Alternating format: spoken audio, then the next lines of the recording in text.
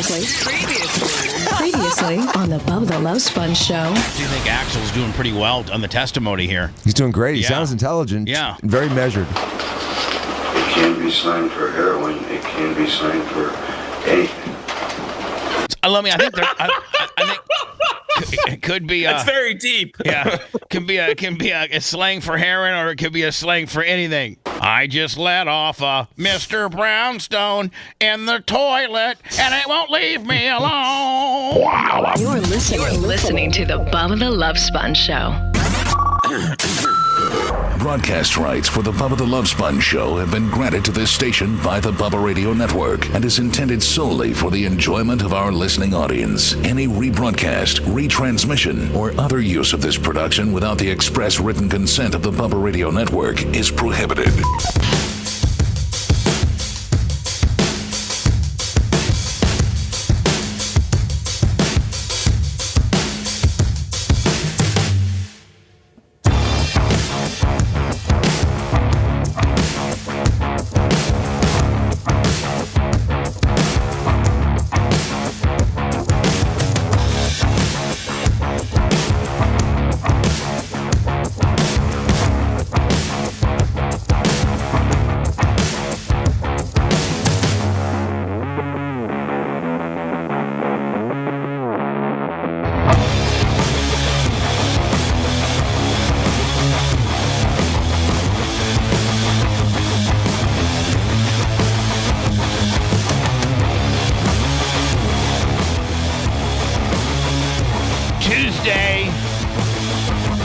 Seth Kushner looking all refreshed.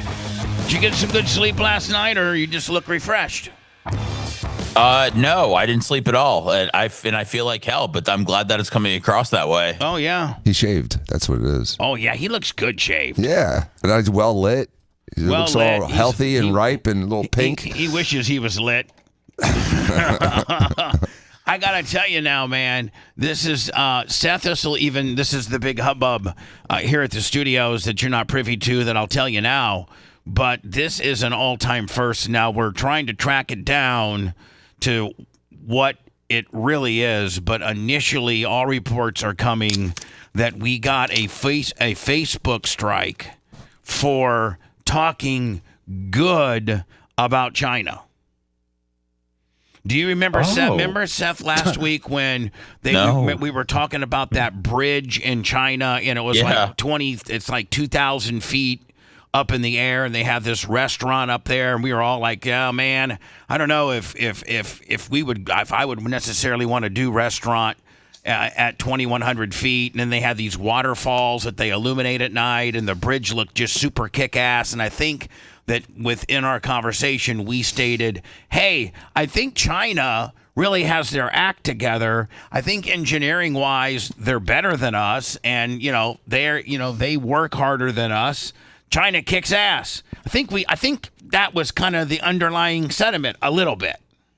Yeah, we got a little crazy and started, saying nice things about China, but I didn't know that it was going to affect the bottom line. Neither did I. Never in a million years would I say what I think. Now, listen, if you say good things about Nazis, or you say good things about, Saddam Hussein, or you say good things about Hamas or ISIS, I could see where a company like Meta would have a problem with that, because those are really bad guys and you shouldn't be putting them over at all. I mean, but China, I guess, is a bad guy. I guess China is a bad guy. Did the guys tell you this, or did you see this? Like, is it possible that Facebook maybe didn't like some OnlyFans stuff? Or are you for sure that they're mad over the China talk? Well, we went to the notifications, and that's when they tell you what you've done wrong. It's on a standalone video of us talking about China. Yeah,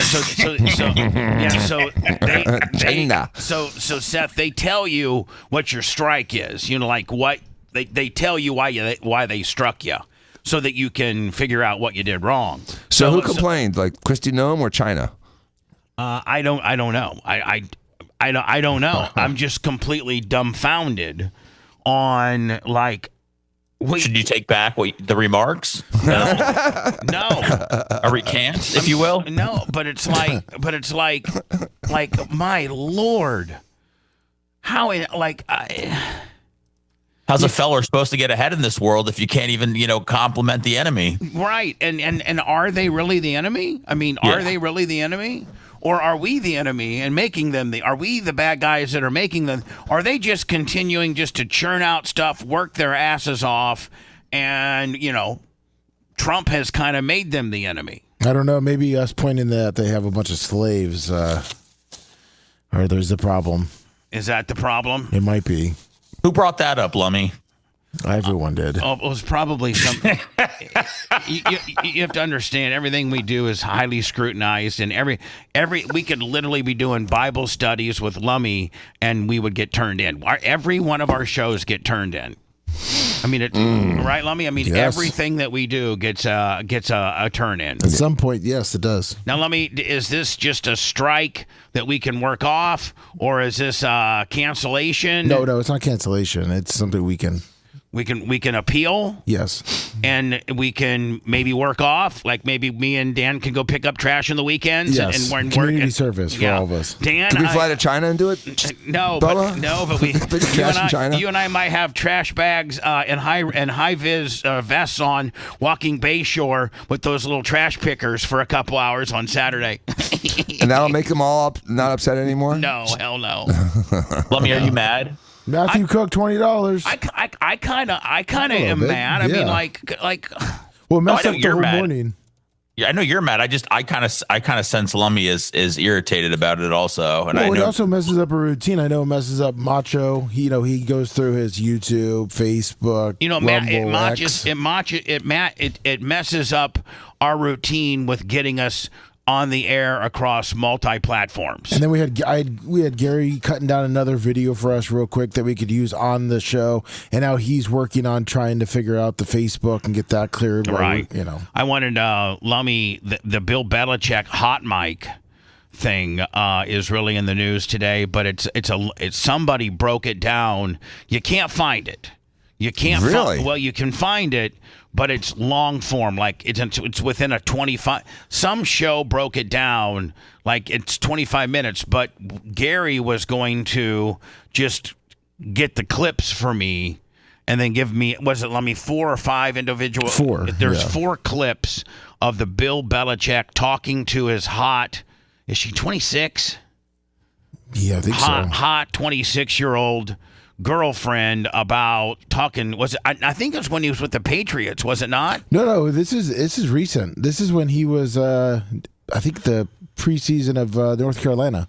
Yeah. They had a preseason? Well, before the season. So, like, him and his girlfriend are talking about, I think, the graphics department of, University of North Carolina about this. Don't they do a coach's show or something like that, Lummy? And I think that Jordan, whatever the hell her name is, was talking some smack about either the producers or the graphics department, and it got caught on hot mic, and it's not favorable.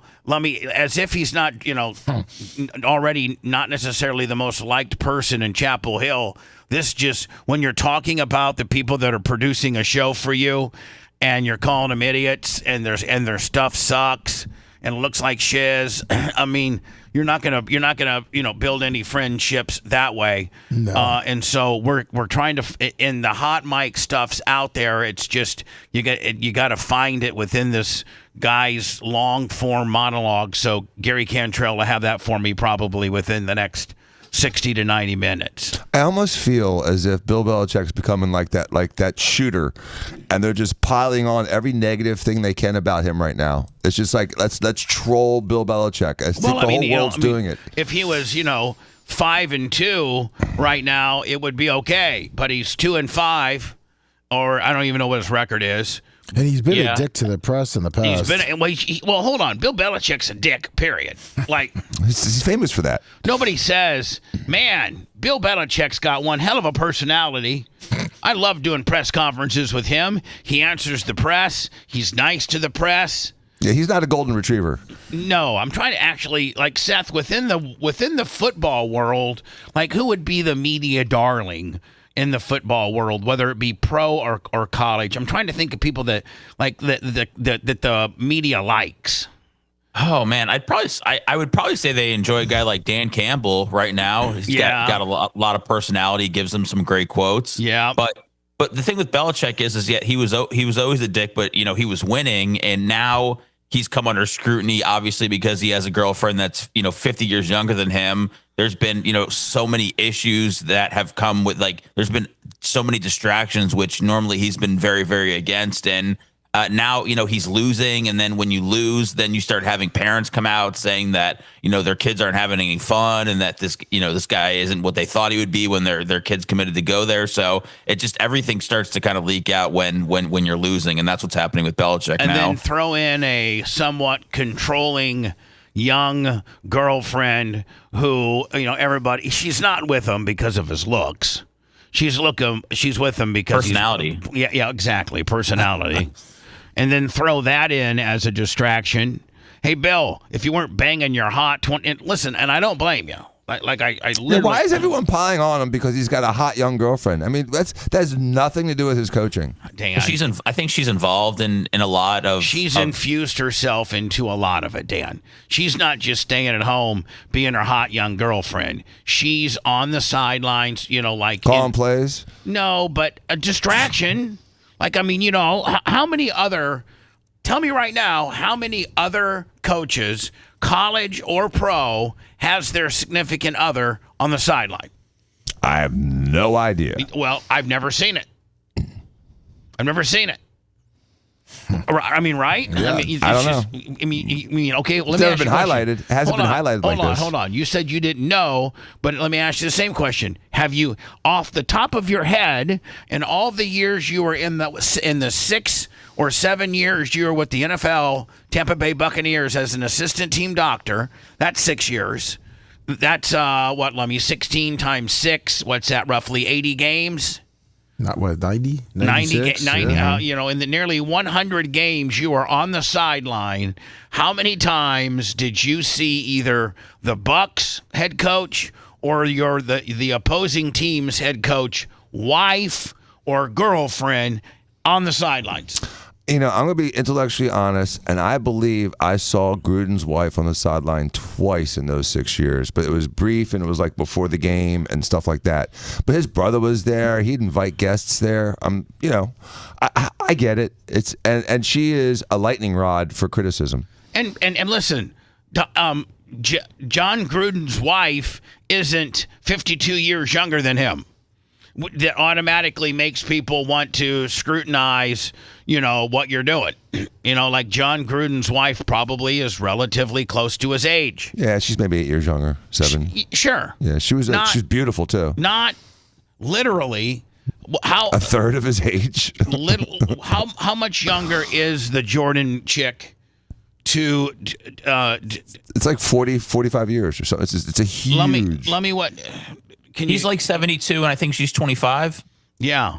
So it's like 40 years, 45 years. Yeah. I mean, he could literally almost be her grandpa.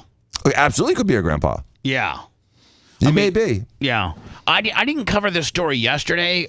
I looked for some video on it, and they didn't have it.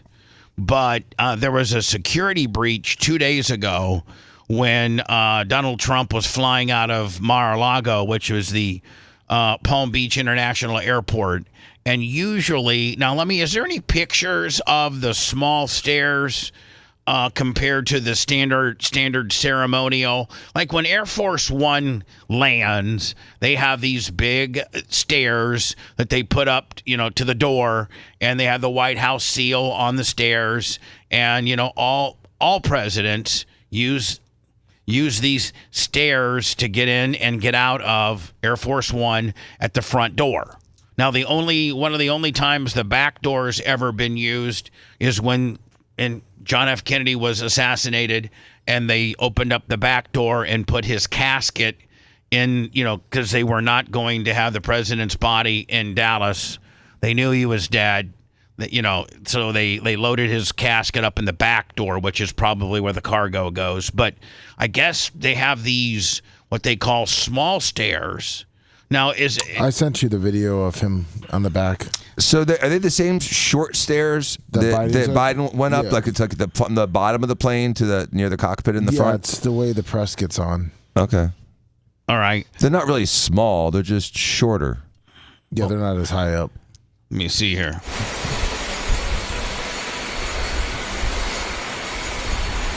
So they're just the other ones are longer because for the photo op, it looks good getting him as much as the president, whomever it may be. But I guess if you want to for efficiency, these are more efficient. And because there was a breach in security where they found like a deer stand or some type of deer stand in a tree in a wooded area across the street from the airport, they locked, they went into security breach mode. Now, Dan, let me look at these stairs first before I tell you my idea. For us city folk, what's a deer stand across the street? Okay. What would that be? All right, Seth, great question. A deer stand, and I'm not a hunter. I don't like. So let me explain it.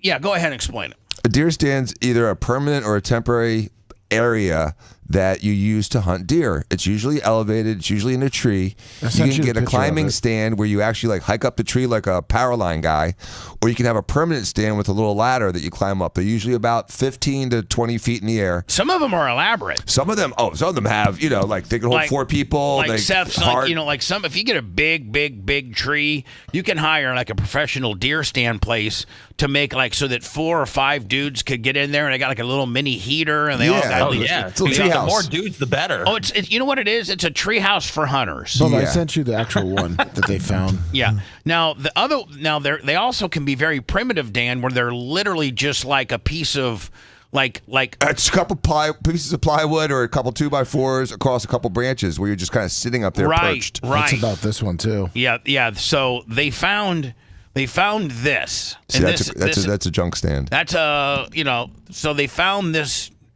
tree stand, which they call a tree stand, which is used for hunting because you're elevated up and the deer and whatever you're hunting for the most part don't look up at trees and stuff, although you'd think that they would. They usually most animals use smell, so the higher up you are, probably, Dan, I'm assuming the more your smell may stay up and kind of maybe waffle upwards, not downwards. Plus, what you do is you soak the area underneath you with that deer in estrus, which is female deer in heat. Yeah, Seth, listen to urine. And so you don't put it on yourself, but you put it on the area around you. What they'll do is if you're going to go up in that deer stand and try to hunt a deer, you get this stuff called deer in heat squirt spray, and you spray the base of the tree, and it emulates a female deer in heat.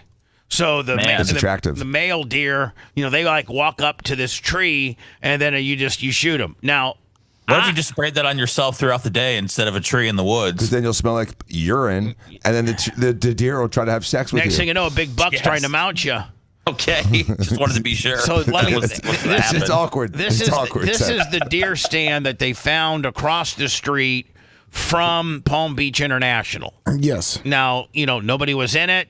They don't have any surveillance who constructed it. They don't know how old it is. They don't know if it's been there for a long time or not. But as they are now they are very diligent now in sweeping, having a very, very tight radius of security, of every nook and cranny, every top of every building, every tree, every bush that gets checked out before the president, goes out publicly. This is what they found.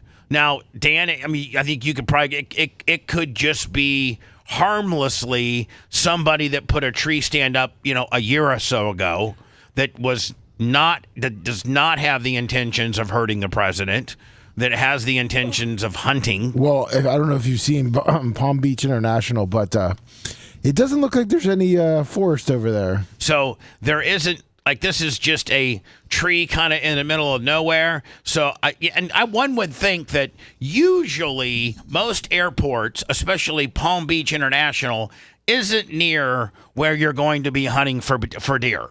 Well, you don't want guns and planes in the same neighborhood. You know? And the other thing that people don't realize is, a lot of people fall out of these deer stands. They put it up, and then they slip, and they bust their ass and fall 15 feet. And deer die. stands are dangerous as shiz. So these are what they call the small steps.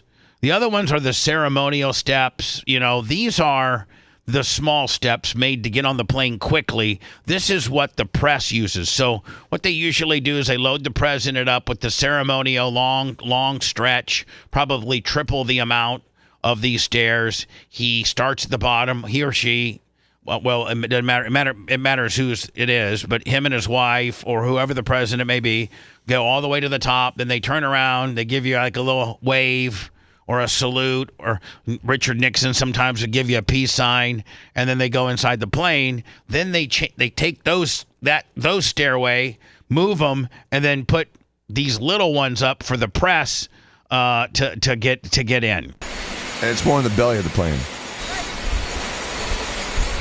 If you notice, this door is probably the one that they use maybe when he's doing the ceremonial long stairs, right? Yep.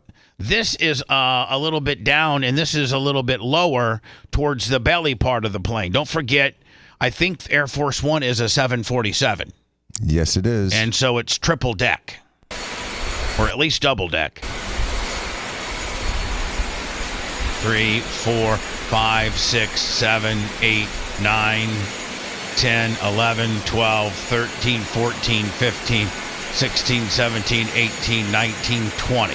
Ain't that small? Dan, here's what they should. Bubba, that's a normal entrance on a normal step, just not the one right behind the cockpit. This isn't the small steps. The small steps are the ones that go into the belly of the plane from underneath, the ones that Biden had to use for the last 2 years. This is not them. Listen to me. We need to come up with a company immediately. Let's have a meeting with Steve so we can get the money. Because that's how we have to. If you want the money, you got to go with Steve. Steve controls the money. So I got a new idea, Dan. You ready for this one? Mm-hmm. Just like you guys were, 10 years ahead of caffeinated drinks? Yeah, with the Fiend. I mean, the Diacos had a worldwide patent on a stuff called Fein, Fein, and it was a tasteless powder, much like a Crystal Light kind of deal that you open up and you can make any drink into an energy drink. Yep. And how many milligrams of caffeine was it? Had about 75 milligrams of caffeine, but it was caffeine citrate, which is the better of the two caffeines. It's the cleaner caffeine. There's caffeine citrate and caffeine anhydrous, which is nasty, and most cheaper. Most energy drinks use caffeine anhydrous. Right. And Dan, here's the deal: as if Fiend was still around, you could have gone Fiend Plus, which would have been 150, right? I mean, you could jack it up. You could add flavors. There's all kinds of stuff. Fiend Jacked, right? Which would have been like 300, right? Yeah. So anyway, jumping off of deer stands. I mean, I'll tell you, man, Dan. They had this drink. They had this. It was packaged. It was made. It was everything. And you could just take like whatever. You didn't have to be beholden by the flavor that the manufacturer wanted. You could make anything. From wine to orange juice. Yeah, exactly. To Coca-Cola to Gatorade. Did someone come up with the science, Dan, or did you figure it out? Me and another guy did. Dan did, but they were literally 15 years ahead of the big caffeine rage. And so anyway, Dan, here's like having virtual reality 20 years ago. No one knew what to do with it. So Dan, here's what we do. We get with the United States government, and we see how many they want to order. But think about this. Under uncertain security conditions, when the president, they're trying to load the president quicker and safer, why don't they have one of these stairwells that have a bulletproof Kevlar canopy over it, so that when he's not exposed, because they have to. when the president is walking up these stairs, he is in open air. I mean, he's and elevated. Right, so that's a target right there. Right, you know what I'm saying? White background, dark target. It's easy. Look, they always made fun of Biden when he slipped, but look. Yeah, you gotta. He slipped. So you have to think this is probably one of his most vulnerable moments. Even if you have cleared, every rooftop and high-seeking place, even somebody from the ground at that point when you elevate somebody, and I don't know what the door height of a 747 is, but I'd be willing to say that it's 20 feet, if not more. This is when he's most susceptible, and the president, whoever that person may be, Dan, you just have this Kevlar canopy system that goes over these stairs that could be, that you could just make portable. They literally could just fold it all up and put it in the back of the plane, and when they need it, they just bolt it onto the set of stairs, and it's made out of collapsible Kevlar. Right? It could be, yeah. It could be almost like you could also make like a cylindrical one. It's like almost like a slinky that just kind of extends out over the steps and then retracts. That's what I'm saying. That'd be really nice. Like a slinky that's made out of Kevlar, and it stays with the plane. Meaning, like you don't have to have 500 of them or different. You have 2 or 3 or 4 of them, but it stays with the plane. And if it's a security situation, Secret Service installs it before the president gets there. Let me, Kenneth Nelson, $20. I think is that the guy I'm interviewing tomorrow? I think so. Dustin Howard, $10. Kenneth, if you could email us, we got your story and it's brilliant, but it's so long, and I don't know that you know how to use periods, and it's one big run-on sentence. And if you could just take your story and bullet point it. He said, because I sent him an email this morning, he said he's flying out now, so he'll do it on the plane. Yeah, bullet point it. Take each and give me bullet points. Dan, we come up with a Kevlar slinky. Yeah, it's a good idea. And so, I was thinking it as you were saying it. I was thinking the same thing. Kevlar slinky. Some kind of retractable protection. And each plane's got 2 of them in case one fails. And it's made, specifically for these stairs. And boom, he gets them up. I love it. I think it's a great idea. We're not going to do it. Steve's not going to approve it. Hey, listen to this. I'm going to tell you. I'm also going to tell you guys a little inside secret where Dan was about 45 days from being a billionaire. He was for years, light bulbs. And light bulbs are fragile, regular light bulbs.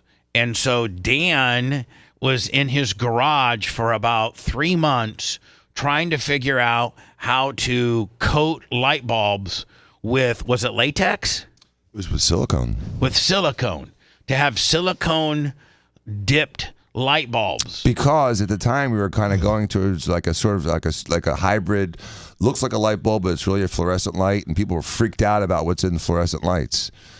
So I thought that, silicone coating a light bulb, that way if it shattered, you contain the glass and the gas, would be a great idea. Plus it makes it that much tougher. Yeah, it's easier to grip it. It's just, yeah.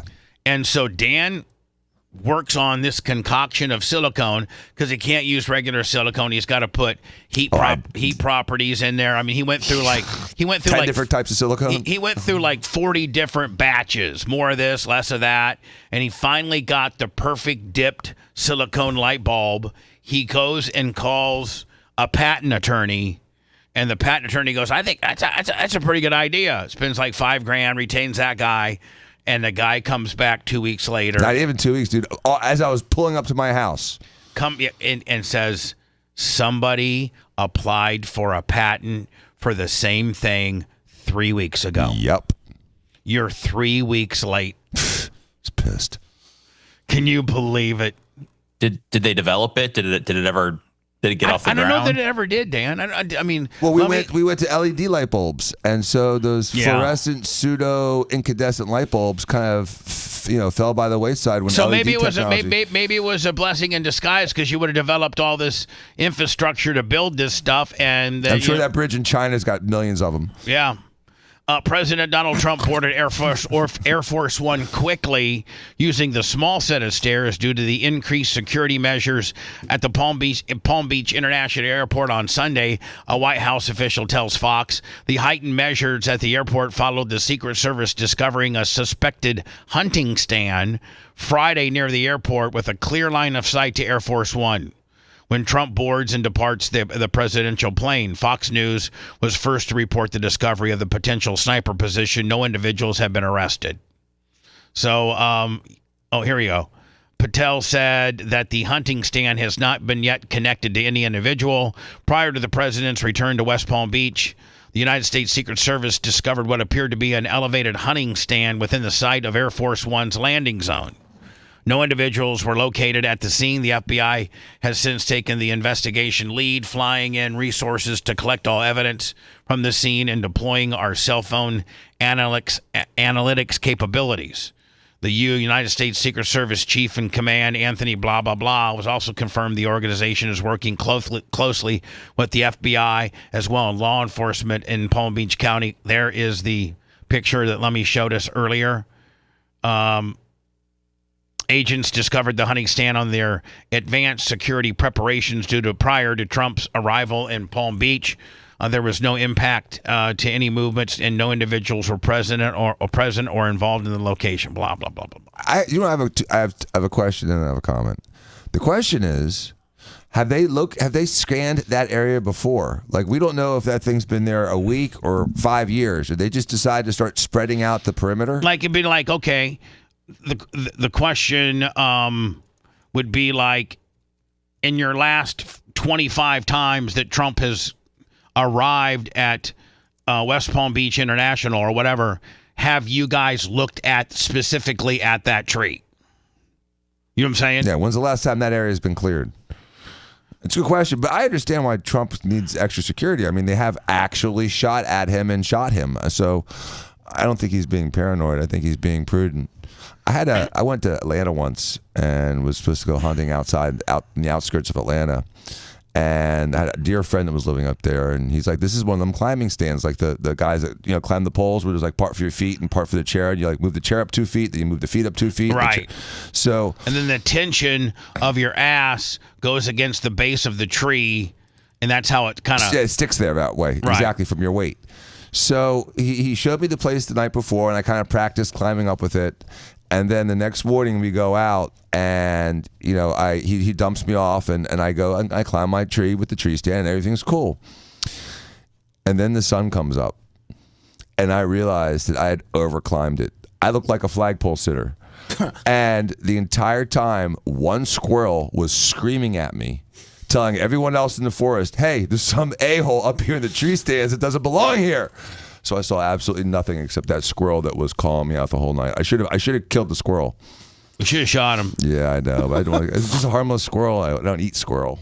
So when I return, the Supreme 50 feet up. I wonder what squirrel tastes like, because some people do eat squirrel. Oh, I know. I heard it tastes like chicken. Let me. You ever eaten squirrel? No. No. Yeah, I'm not even into eating deer.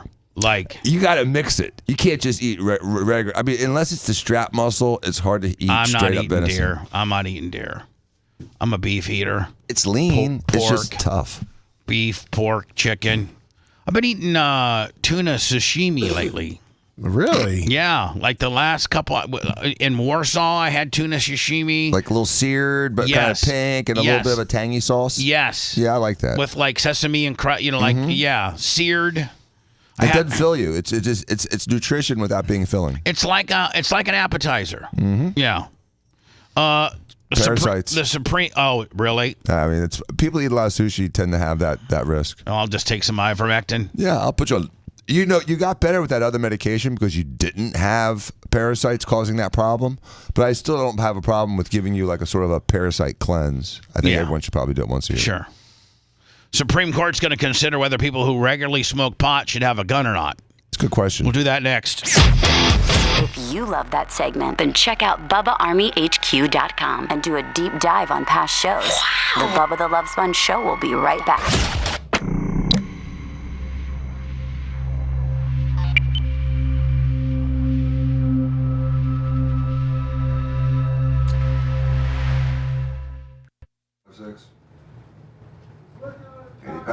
Crack Ribs, Stacy G, Bart Hutchison, XXL,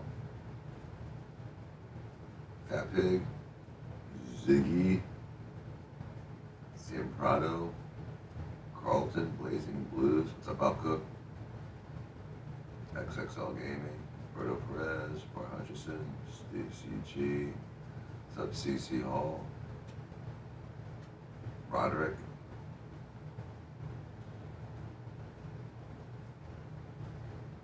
James, Pat B. Jasper, Rick JM5J, fuck you, Pat B. Jasper, 305, Nikki Jib, Dirk Merchant, White Ice Tea, Ace 9 XXL, Carlton, Blazing Blues, Nikki Jib, Sabersaw. Ugh, that's horrible.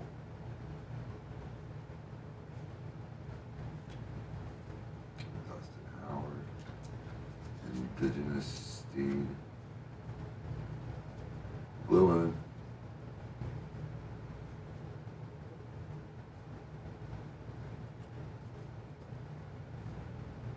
did you cover a woman jumping off of a Disney hotel? I think so. Okay.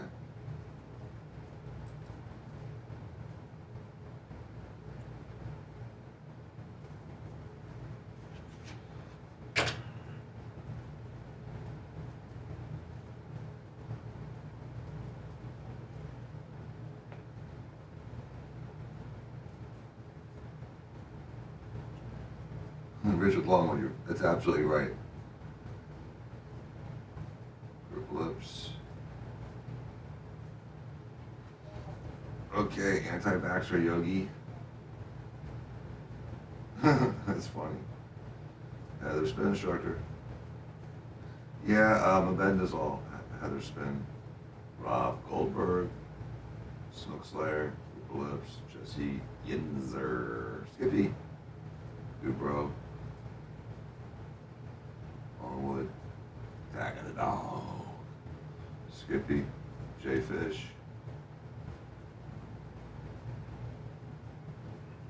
Shove it up. Rollovers Afterbirth. Good morning.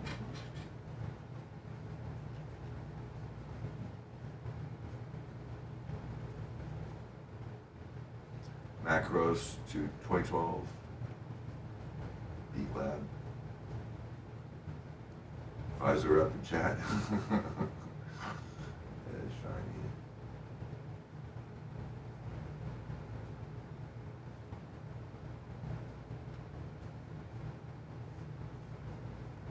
Elijah. J-Fish. Come on, guys, hit the like buttons. I'm happy. TNT. Let's see, stolen Hellcat. I'm gonna call you the police.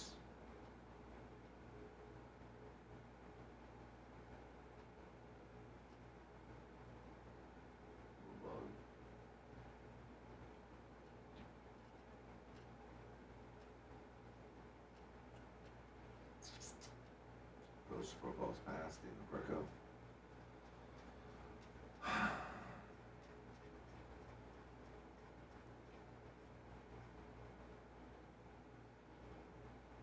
Actually, Yogi, I don't understand either. You also don't understand Spanish.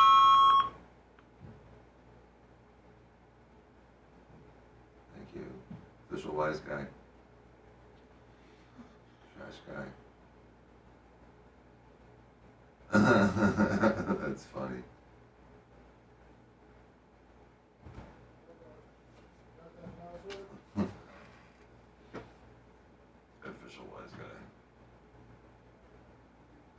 They've been asking that question for 50 years. You can die for your country at 18 and vote, but you can't drink. I know. I sent it to you. He's gonna do It's it. what it is. Everything is. Why wouldn't you? He's gonna try it between the breaks. Next break.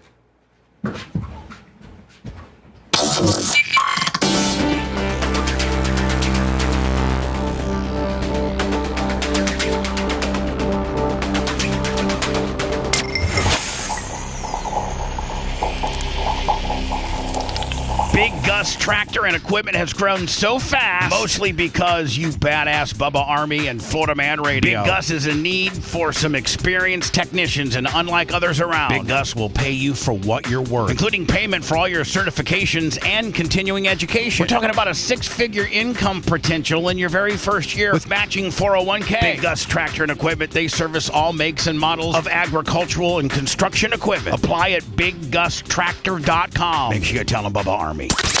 Broadcasting live from the Aquabito Studios, aquabito.com/Bubba. It's the Bubba the Love Sponge Show.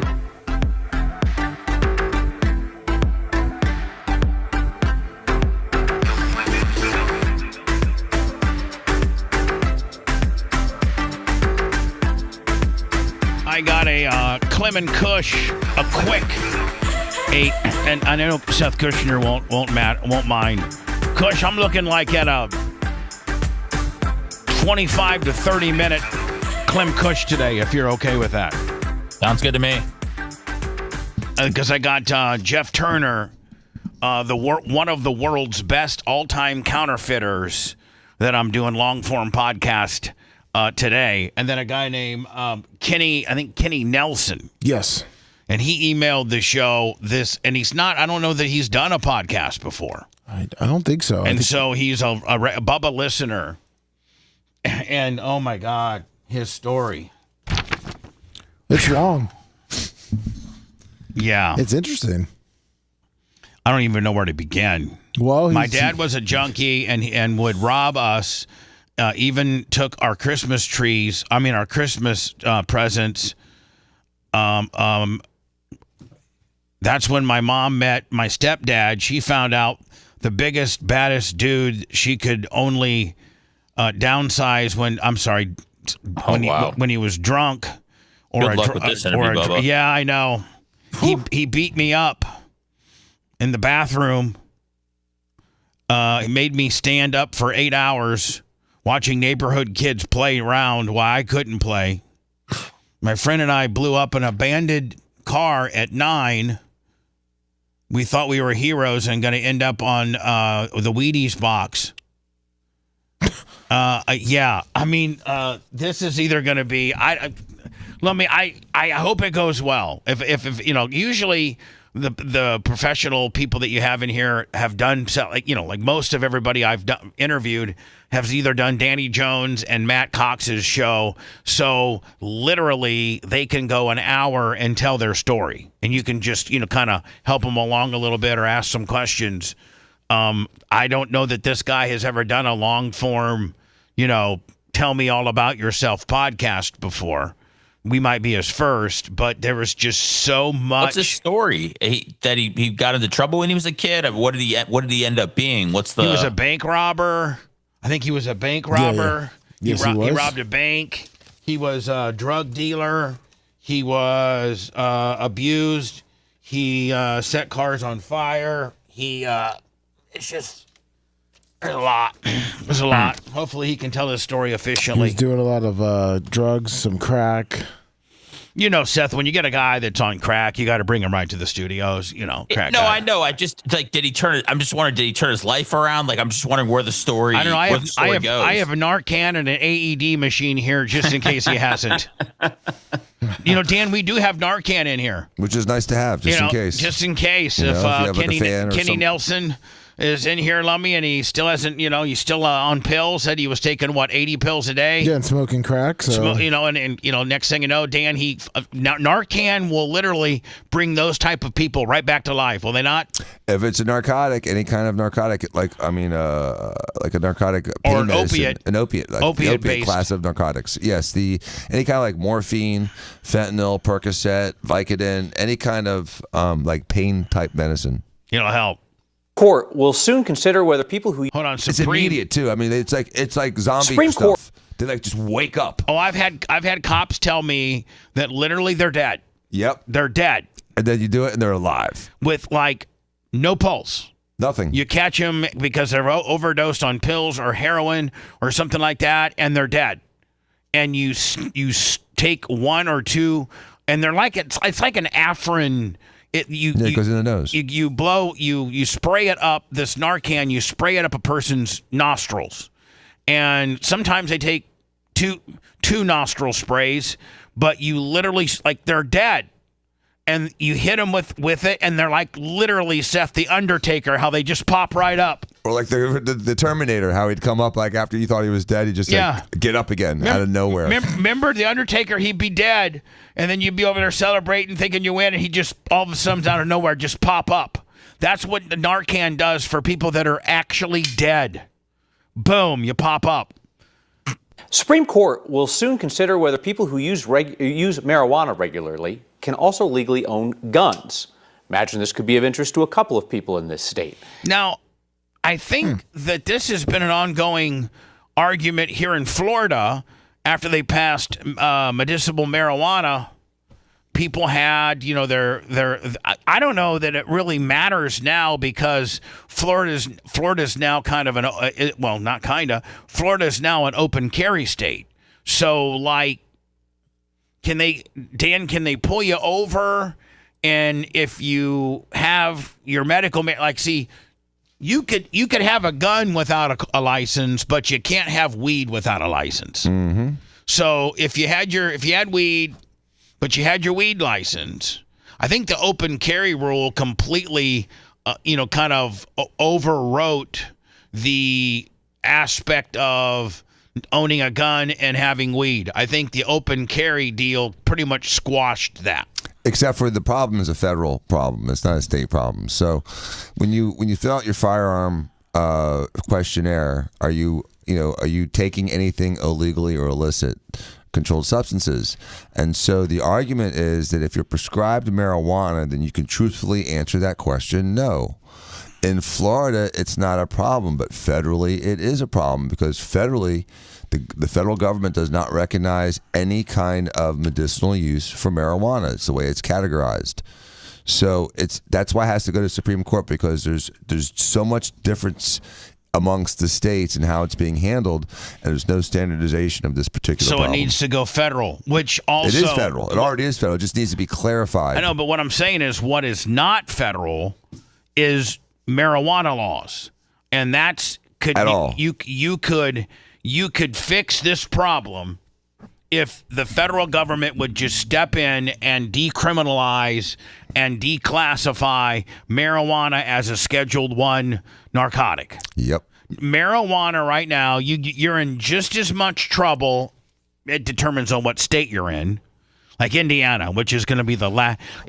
There'll be 49 states in America that have some form of legalized marijuana, and Indiana will be the last one. They are so uptight about it. So if the federal, and does the president have that ability, or does they have to go in front of Congress, or do they have Senate judiciary hearings? If they were to, do you know who has that authority, Bubba? Is the HHS. And the FDA. They could recategorize the drug. So arguably RFK Jr. Head of Homeland Security? RFK Jr. could change it. So if the federal government would just declassify marijuana, I don't even want it to be a Schedule III. I just want it to be legal. How many states? I don't know if my Alexa is working nowadays or not. So you know Alexa, 708, hold on. Alexa, good morning. Hello, Alexa, good morning. Alexa. Good morning. Okay, she works. It's National Pumpkin Cheesecake Day. I wonder how that makes pumpkin spice latte feel. Hey, Alexa, how many states have legalized marijuana? It is illegal under United States federal law to possess, use, buy, sell, and cultivate marijuana. However, 38 states and the District of Columbia permit the recreational and medical use of cannabis so subject you're saying to state regulation. There's only 12 states left? There's only 12 states left that have that weed's illegal? 12? It says 40 now. It says there's 40 now. All right, so 10. So there's a 10. 10 states left? Who are the? Do you have a list over there of the 10? I'm trying to look up, but it looks like Alabama. Of course, a bunch of hillbillies. which doesn't make sense because they should have, marijuana. Because hillbillies like it. They get a little high strung on other stuff like meth and stuff. And if they had weed to calm them down, maybe the meth problem of Alabama would go down. Yep. Arkansas. They're like, listen, Johnny Hillbilly, we don't want you in there making meth but if you can smoke all the weed you want, buddy, just get crazy on it. Well, okay, goddamn, I'm gonna do some weed. Okay, all right. So we got Alabama, Arkansas. It's showing that it's okay. Sorry, it's just this thing is showing 40. Some show 38. So Indiana. It shows like Florida is illegal because it's because they're talking about it's recreational. All right, let me never mind. Yeah, Idaho, Wyoming, Kansas, Tennessee, North Carolina, South Carolina, Wisconsin. That's it. Yeah. Whatever. If you're the president of the United States, can you make? I mean, you could probably make that wide sweeping law where I'm going to declassify marijuana as a Schedule 1. Right now, man, you're in trouble. President can't do it. President can't do it? No, what the president can do is he can direct the Department of Justice not to prosecute people. The Congress can make the law, and so it's the FDA can reclassify it. Is it like abortions where they send it down to the state? It's a federal issue, and so it needs to be a federal solution. Okay. And who's the highest federal person of the whole entire the president? But he can't counter that law with his executive privilege. I don't think that law would be. I don't think he can decriminalize it. But he can, like I said, he can say during my administration we ain't busting anyone that is using marijuana. But you did say, so what person would it be the head of the FDA? So this has just happened. This just happened with that 7-OH. The FDA in I think 7-OH. It's like a synthetic opiate / marijuana. Oh, like the cranium. Yeah. The crack. Whatever. Right. It's one of those things, and people are getting in trouble with it. And the FDA said in I think August that we are going to categorize this as an illegal substance. But they have to go through a committee. They have to go through public. So just as much as as much as they can say something's illegal, they can also declassify it. Right, but it's got to go through a process. It's got to go through a committee, and then they have to present it to the public. The public has to weigh in on it. So it's like a 6 to 12 month process. But I think in our lifetime, they should start it. I think in our lifetime, we'll have federal legal marijuana, and some states might be, medicinal. Some states might be recreational. I think there's only two ways you can go with it. It's medical or rec. So, Bubba, let's look at alcohol. So, alcohol is legal in America. If you're, 21 in most states, it's legal. But for you to buy alcohol in some states, you have to buy it at like state-owned dispensaries for alcohol. In Pennsylvania, it's weird. Buying alcohol, you can't just go up to like Publix and buy alcohol. And in a lot of the states in the Northeast have real weird restrictions on who can sell it and in what context you can buy it. Well, so the states are going to do that with pot. I just hope that someday in our lifetime that pot, some guy in Indiana gets pulled over with some pot. Not the same as him having like heroin, because right now it is. Right now it is. And it's a rare case where the Trump administration is arguing for restrictions on gun ownership. What? What? The Justice Department is asking the court to reinstate the case against a man from Texas. They claim he was charged with a felony because he had a gun in his home and admitted regularly using marijuana. It's a violation of a federal law that prohibits users of certain controlled substances from owning or purchasing guns. That includes people who use marijuana recreationally or medicinally. The DOJ says that drug users are a public safety risk. The attorneys arguing against the ban say it's too restrictive and that the government should only be able to disarm people if they're actively under the influence of illegal drugs. So what's the Supreme Court going to rule on? The Supreme Court's going to rule on whether or not having marijuana excludes you from owning a gun or possessing a gun. So it looks like the conservatives, that 6-3, that's what the court's made of, and Trump's on the dick side of this. Is he? Has he publicly stated that? Didn't they say, Lummy, that Trump said, the Trump administration, didn't the guy say that? I thought that's what the guy said, Trump administration is for not being able to own guns and while smoking weed? That sucks. You know? Yeah, that's usually what the Republicans want. Well, he just wanted to show his support for President Trump when he says out of nowhere a man attacked him. Really? Yo, really? Video. I got two stories. One of which is a guy that's wearing this Trump outfit like at the beach, and people and this guy with this flag, the U.S. flag, starts hitting the guy in this inflatable Trump deal, starts hitting him and accosting him and screwing around with him. And then the next story I'm going to play is this. They have this piñata of Trump, and they're letting kids. Now, adults, I don't have a problem with it, but kids are stabbing Donald Trump, the piñata. And to me, man, you know, if this was Joe Biden or this was Barack Obama or Bill Clinton, if this was a Bill Clinton suit or a Barack Obama or even a Joe Biden, I honest to God, I swear to God, I would say have some respect for the office.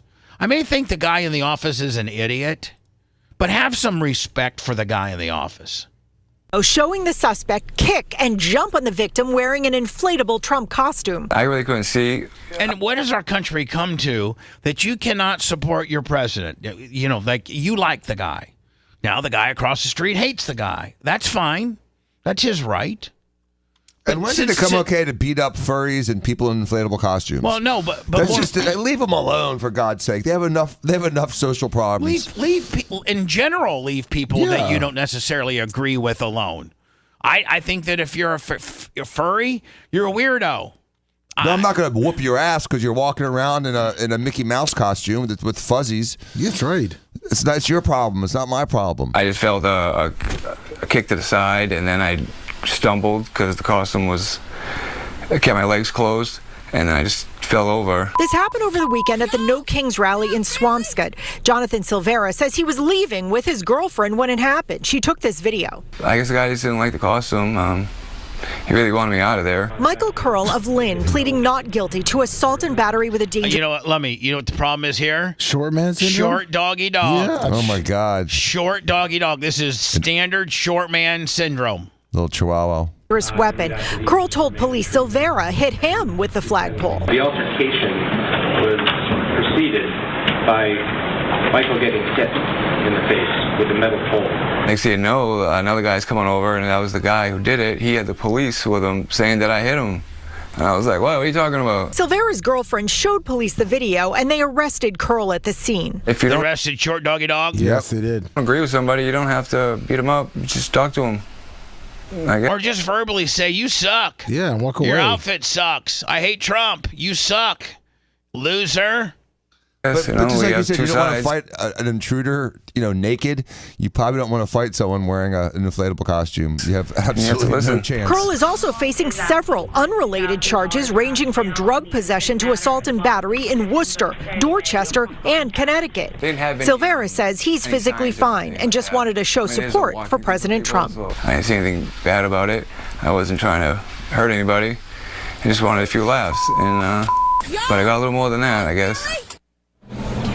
Well, Curl was released on his own recognizance. As for Silvera, he says his costume is broken, but this won't stop him from getting another and showing his support continually for President Trump.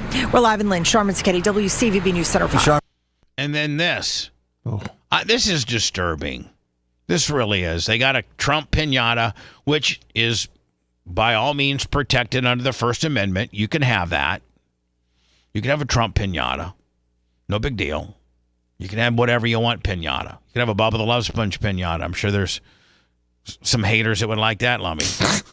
But, man, if you are a parent, and, most kids know where their mom and dad stand politically. Like, they kind of know. They just pick up, when your mom and dad are talking about politics or whatever, you are one way or the other. So your kid kind of knows where you are politically.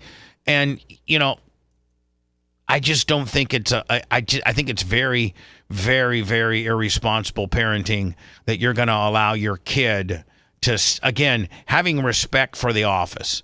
I would have just as much a problem if this was Joe Biden. And I would have a problem with Joe Biden, being on, hanging from a stick. I wouldn't have a problem with that. But I got a problem with a noose. Yeah, I don't have a problem with that. You don't have a problem No. dragging around a picture of the president with a noose on it? No, I really don't. Really? Not if it's an adult. No, I don't. I mean, that's. So how about like a beheaded like Kathy Gifford did? Listen, it was not illegal. It was protected. Now, the marketplace canceled Kathy Griffith. Yeah. The marketplace did. She didn't get any more gigs. I think her stand-up career pretty much was over at that point. I think that she was over prior to that, and she did this as a shocking moment to try to get some attention. It backfired on her, but she fundamentally didn't do anything illegal. Having, beheading Trump, having it all bloody and what have you, it's obviously a costume, is not illegal. I do think and it's not illegal to allow your kid to do it either, but have some respect for the office when you're now giving a knife to a kid to stab the president. I'm just saying. Like, if this kid was over 18, that's different. But to teach or allow that much rage and hate for the office of the presidency at as a child, I think is wrong. How old was the kid? Like 10, you think? Kid, I don't know.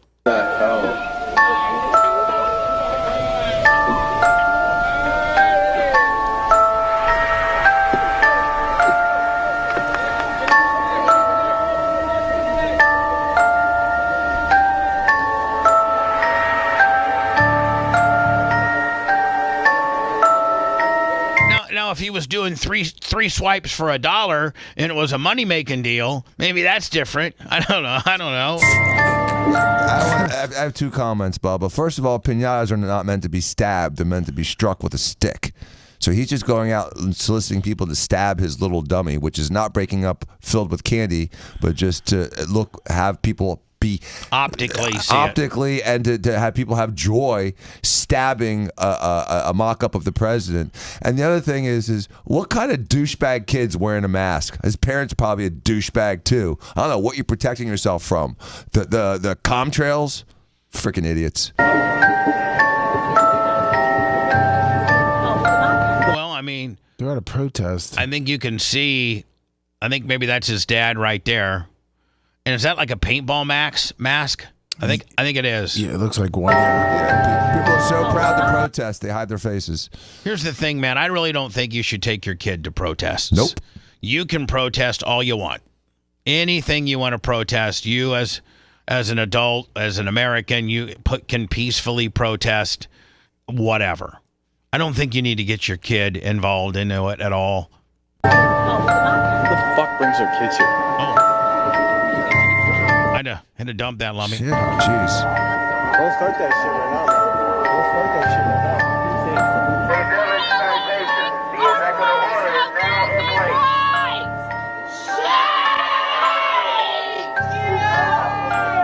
You get off my land! Get off my land! These are my lands! Get off my land! I told you, get off my land! Get off my land. Is he Indian? Is he indigenous American? Looks like it. Maybe. Get off my land! Has anybody ever seen our country in this disarray? Yeah, in the 60s. Okay, how did that work out for us? We ended up having, about 30 or 40 years of prosperity after all the people that were protesting decided to go get jobs and become, pillars of society. I don't think hold on. I don't think this younger generation wants to get jobs. They don't. They're lazy as S. That's why major corporations are finding it hard to employ. Larry Plummer was telling me he can't. You can't even find a guy who wants to be an electrician tradesman for $25 an hour. Mm-hmm. Like a guy who wants to be like, let me work under Justin Nash for 2 years as his kind of electrician do-boy and then get your electrical license a couple years after being your electrical do-boy. And I think being an electrical do-boy pays like $25-30 an hour, and nobody wants to do it. Nobody wants to do it. Bubba, the world changed between 1963 and 1968. And it really was a transformative time for America. For us watching it, it went from black and white to color. But the conservative, the liberal, the revolutionaries, the civil rights activists all came together. But the difference was that those protests back there didn't have the old people in it. They were just young people. Now the protests are this current generations of young people. Everybody. But the people from the 60s and 70s were protesting and coming back now as 60-year-olds and 70-year-olds and joining these protests, giving it a little bit more credence. If it was just kids with ponytails and skateboards and masks, no one would pay attention to it right now. But there's adults there, and that's why people pay attention. There weren't adults in the 60s. It was just kids. I know, but now it's everybody. It is. I mean, we had a thing yesterday from a woman. She was like, "I'm 90. And I've never seen our country this bad ever." Well, I mean, I agree with you. I've never seen our country this bad ever. Mm-hmm. Ever. And what do you attribute it to, Bubba? I don't know. I attribute, as much as this might make people mad, I attribute it to our leader. Our leader is so polarizing, not saying that I didn't support or vote for him or think that some of his stuff is good. I just think that he's such an irritant, and that the way that he pounds his chest on things that he does that are presidential, and, you know, it's almost like this. Rich people don't have to tell people you're rich. I don't think Donald Trump gets it. He needs to not. You don't have to tell people what you do, and you don't have to tell people how bad the opposing party sucks. The opposing party sucks because you won overwhelmingly, okay? You don't have to continue to remind, let me tell you something, Sleepy Joe never got this deal done. You're right. Sleepy Joe didn't get it done, and that's why Sleepy Joe is not the president. And you don't have to tell us everything that you've done because we can see what you've done. But taking that logic, Bubba, I have 2 points to that. Taking that logic, saying it's Trump's fault is what you're saying. So a year ago, it was Biden's fault. I'm saying that I think that a lot of the hate that we have in our country right now is directed at him, just like the No Kings rally wasn't directed towards, Republicans in general. It was directed directly to him. And that was a real grassroots protest too. And they're wrong. First of all, they're wrong. They have the whole narrative wrong. But he adds fuel to the fire when he does an AI, him flying an F-16 and dropping poop on everybody. Like, he doesn't help himself. He really doesn't. And all he needs to do is be more presidential. He's the president. We all know that. But he's not very presidential. But, Bubba, even saying that, and I'm not trying to counter-program, I'm just having an intellectual conversation with you. With Biden, who was being presidential, still stoked the hate. Obama, who was being presidential, no one will argue that Obama did not break character very often and maintained a presidential aura about him almost at all times. Very rarely did he break character as president. He inflamed this too. And so I believe, living over the last 25 years, that after the September 11th bombings of the World Trade Center, the Pentagon, and the other thing in Pennsylvania, that black-white tension was at an all-time low. And I think leading up to the 2008 election, that tension was stoked and continues to be stoked. But I think that it's really a distraction, because the real tension is the haves versus the have-nots. And that's been the tension throughout most communities in the last 200 or 300 years. Once there's been money and stuff that you can have besides just your little hut, 2 chickens, and your wife and kids, there's been this tension between the haves and the have-nots. I disagree. I think it has nothing to do with the haves and the have-nots. I think it has to do with this disdain for our leader. And never have we had a leader that comes in like a bull in a china shop. And he's done some good things. He really has. He's done some good stuff. He's done some stuff that I support. But I think that he's just so polarizing and such a bragger and, like a bull in a china shop that I think he could change his rhetoric or his delivery a little bit. Stop always reminding everybody how much the opposing party sucks and how phenomenal he is and how everything he does is the best and how everything they do sucks. I think that we're going to have 3.5 more years of this polarization until we can learn to get along. And you know what? You learn to get along from the top. If your mom and dad are fighting all the time, chances are you and your siblings might be fighting. If your mom and dad get along and don't allow that type of behavior in the household, then that behavior is not allowed in the household. He's the top of the ticket. He's the leader of the free world, and I think that he's very full of himself. And I think that he could get just as much done way more efficiently and have people that have more. I talk to Republicans. I talk to people that have Trump signs outside their house, and they're like, yeah, I wish he would brag less. I wish he would stop paying so much attention on the hate, and I wish he would just be presidential because he's a smart man, and he got like the Israel-Hamas Gaza deal. He got that done. That's good for him. He got it done. Biden couldn't get it done. He didn't have to remind, Sleepy Joe didn't get this done. Only I did. Bibi Netanyahu loves me. It's going to be an all new day. Jewish people, some of which are Democrat, appreciate it. He got it done. I just think that he could take a different approach at being our leader and really, really have an opportunity to bring us all together. By the way, $20. Thank you. I think he could bring us together better.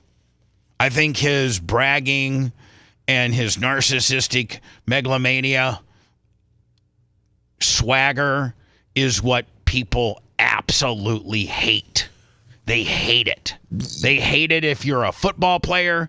They hate it. They hated it when Muhammad Ali was the world heavyweight champion, and he would brag about how good he is. And we just don't like it. That's what got him famous. I float like a butterfly and sting like a bee. He can't touch me. I'm so fast. I'm outclassing him. That's how Muhammad Ali got famous. That's how Deion Sanders got famous. And so I disagree with you on that one. But I also agree with you in the sense that if you beat your opponent, if you're Florida State and you just whoop Miami's ass, you don't say they're a bunch of little bitches. You said they're a great football team. We fought hard and we beat them. Yeah. That's the right way to say it. I agree with you in that context. If President Trump would say, I got the Israel deal done, it wasn't something that the other administration could get done, but we got it done. They tried hard, but we got it done. And we're looking forward to other great things as well. Like, that's it. That would be so much more digestible than what he's doing now. Listen, I'm running a little bit late. Government shutdown nears 3-week mark as Senate fails. I think they voted again last night. And I sent you that Belichick video. Oh, you did? Yeah, it's in your messenger. Good. We'll get into that as well. If you want 24/7 on-demand Bubba and the crew, go to BubbaArmyHQ.com. Right now. The Bubba the Love Sponge Show will be back after this.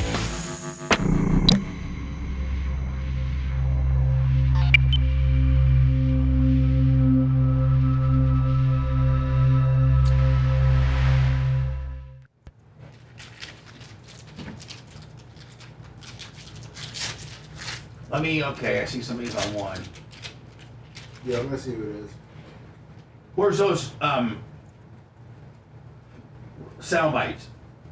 It's in your messenger. Okay, from you? Yes. Oh, by the way. Right here, Lemmy? Yes, sir. All 352? Yeah. Okay.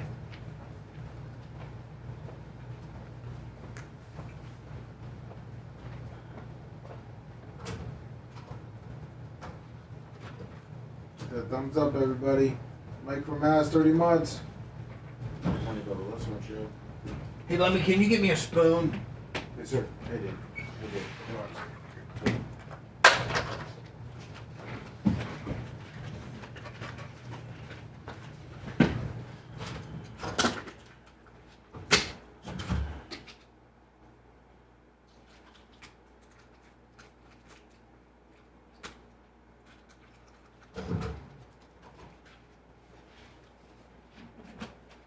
Thank you, Warren. There you go.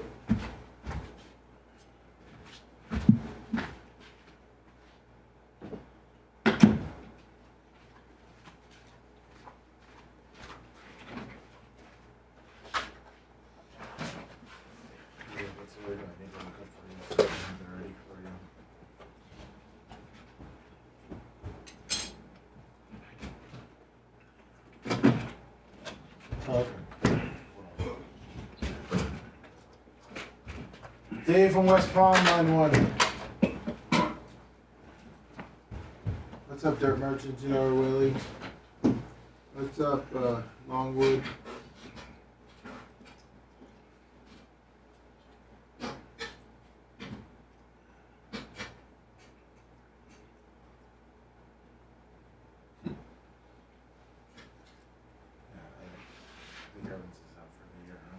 Broke his collarbone. He's a cunt if he can't come back in 8 weeks. No, he said Eight it's not weeks. out, but Right, yeah, it's 8 weeks. He should be able to come back by the end of the I can't play. Otherwise, he's a little cunt. I can't play any of the highlights, can I? no. Because Danny played football this weekend. He actually played in the game. Yes, thank you, Rob Green. 8 weeks after his collarbone was surgically repaired. Appreciate Played it. football.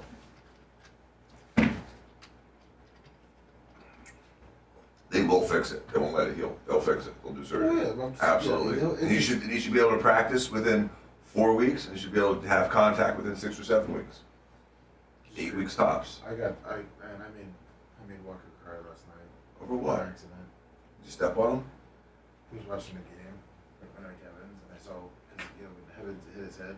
He was knocked out. I could tell you got knocked So out. he was just laying there. Yeah. It felt like, For 30 seconds, he was just laying there. Why didn't you jump on him faster? My quick little reaction was like, oh man, Evans dead. Walker sitting next to me. He just was like, and then they shot the commercial, and Ash was like, hey, we're gonna go bed. That's really crazy. Hold on, Walker got hurt? No, I made a stupid comment because Mike Evans got knocked out and he broke his collarbone, but he was knocked out laying there for 30 seconds without anyone touching him. He was just there, literally, like he had just gotten shot and was dead. And I made just a fleeting comment that said, "Oh, Mike Evans is dead." And Walker was watching, and then Fox or ABC went to commercial break, and Ashley was taking him to bed, and he just started bawling for 5 minutes on how Mike Evans was dead, and the Bucks, just absolutely losing it. He was thinking that Mike Evans was dead, and he just watched someone dying. It was Jesus Christ. Thanks, Dirt Merchant. Yeah, no one touched him. Obviously, he just laid there. And no one did anything. Their best player. I didn't realize he broke his collarbone. I could tell he was knocked the fuck out because walking back, he was in fucking Queer Street. Well, if you he was notice a cuckoo for Cocoa Troy Puffs. Aikman, who's had 1,000 concussions. In 6 and 2 games. Yeah, he's like, oh, you just can't tell what it is, And it's Evans like. He was walking back to the side with his eyes closed. Yeah, and Evans like, well, maybe his leg, maybe his shoulder, and it's like. He got knocked out, asshole. Yeah, he's kind of weird, and they're helping.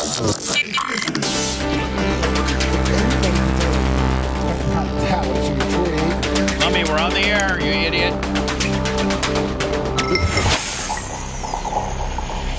I turn the mics on a little early sometimes. Broadcasting live from the Aquabito Studios. Aquabito.com/Bubba. It's the Bubba the Love Sponge Show. Appreciate everybody that went out and rented Video Killed the Radio Star on 3 different platforms: Google Play, Amazon, and Apple TV. Appreciate it. We moved up quite a bit yesterday on the rental section of Apple TV. It's only $4.99. Go on and watch it. It's 2 hours and 30 minutes, and it tells you and lays out everything that I've been trying to tell you for the last 10 or 12 or 13 years. I don't know if it validates what I'm saying, but it certainly gives you the information behind what I've been spewing as the Bubba factor. And there really is a Bubba factor more than anybody. I live the Bubba factor. And, like right now, Dan, Jay's working on something that has the Bubba factor in it. Mm-hmm. And it's amazing. I just don't understand. And maybe somebody can set me straight. Maybe Seth has the hidden answer. I don't know. But why I am so hated. Because you did exactly what Trump's doing, and that is you vilified and mocked and ridiculed your opponents all the way for the last 30 years of your career. So you're dealing with the same thing that Trump's dealing with. There's a small percentage of people that absolutely hate your guts and will never forgive you, even if you walked on water, solved world hunger, and world peace. Track Free Radio, $25. Thank you, Gentry. Seth, can you add to that, being a radio insider? Because you have worked across the street. Hold on. You've done three things. You worked with me when I worked at Cox, but we didn't work together, but we were on the same team or same company. And you can give me your opinion how I was perceived then, and I'd like for you to be honest. Then you worked against me as competition when I was, either with 98 Rock or with Bubba 98.7. Then you actually came and worked with me, like my guy, co-hosts, second in charge, Willie. So from those three perspectives, how am I perceived? Whether it be fellow air personalities or management. How are you perceived by other people? No, in those three scenarios. In those three scenarios, working with you, meaning I'm doing mornings on the bone, and you're working in the building, I think at that point, 101.5, maybe? I have no idea. But it was between that and Drew, I think. Yeah, I was there 19 years. I'm not quite sure of the timeline of when I was where there and where you were. Yes, but nonetheless, first one of the in a long timeline. Yes. Nonetheless, you caught the vibe of how management perceived you, me, how talent perceived me. I wasn't in the building. I was doing my own thing. I was widely syndicated. Was I hated then too? It seemed that you were. I don't know if disliked is the word, but I guess I would say it seemed like you were not anybody's favorite person to work with. Right. And I would say anything from an on-air personality, I wouldn't really even put too much weight into that, because a lot of it probably stems from jealousy with the success you've had over your career. But Bubba, you talk about how long you've been on the radio, you talk about how long you've been in Tampa. So you've been on the air, I don't know what here, 30 years. Add that up times hours. How many times have you talked about certain people? How many topics have you covered? How many people have been rubbed the wrong way? All those things just start to add up after a while. Yeah, I think I agree. And your job's to be polarizing, Bubba. Your job's to be controversial. 33 by years. It's going to have enemies. Your job creates enemies. 33 years, Seth. So then scenario number 2, I had 3 scenarios for you. Scenario number 2 was when I was the competition. Then, oh my God, I think they had rules where new hires would go to Mike Oliveira's office and they would say, rule number 1, don't ever mention the name Bubba the Love Sponge in this building while you're working for us at an event with a client. It's like if you say Candyman 3 times. Remember that Candyman movie? If you said Candyman, he'd kill you. I think they had that policy, Seth. Did they not? That's how much I was hated then when I was your competition. I just remember one time I was, and this might even been when you were on the same station. I think it actually was. I was walking out with Drew one day, and he had just gotten a check from Keith Lawless. Like, I think he got like a $1,000 bonus for not mentioning your name at all. So that was, and I think that was when you actually were. I go, what is? How do you get this? How do you be successful in this business if you're getting paid to not say Bubba's name? So, by the way, the morning guy on your show, I mean on your station, and if you don't mention his name, we'll give you $1,000. Yeah, it was so against everything we've been taught in radio, right? Pretty much, yeah. And then the last case scenario is you having worked for me now on 2 different occasions, and are they correct? Because they have a mindset as to how I am as a person.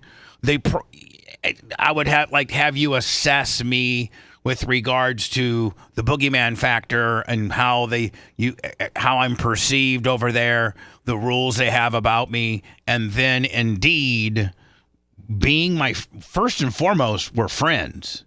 Like, you and I are friends, and then secondly, we work together. So, like, are they wrong, or are they right a little bit about some stuff and very wrong about some stuff? Kind of putting you on the hot seat today. Sorry. Well, I mean, do these people? It's tough because you've got me kind of speaking for these other people that don't have the same experience that I do, and I know that's why you're asking me questions. But with how I know you personally, and things you've done for me personally, these are things that nobody would ever know about professionally, right? That listen and I don't.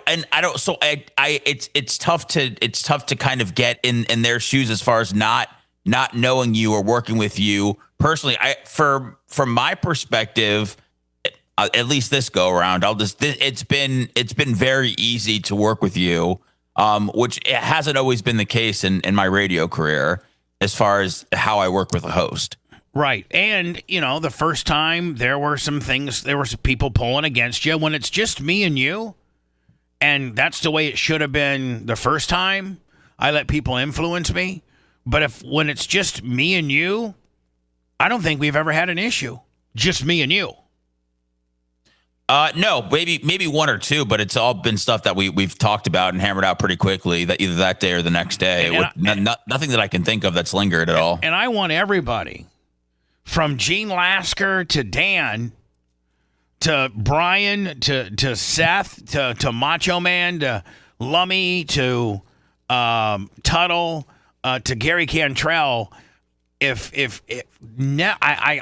really, really, really appreciate everybody and what they do for the show, and never, ever quit or walk away because of an argument or a disagreement that we have. Let's talk it out. Like, there's nothing that would be a deal breaker for me on anybody on my current staff that I have working for me. I really, really genuinely like everybody. And I think we got the best vibe we've had in a long time. And I'm really excited about how good Seth and Tuttle and other people remotely sound and, integrate themselves onto the program.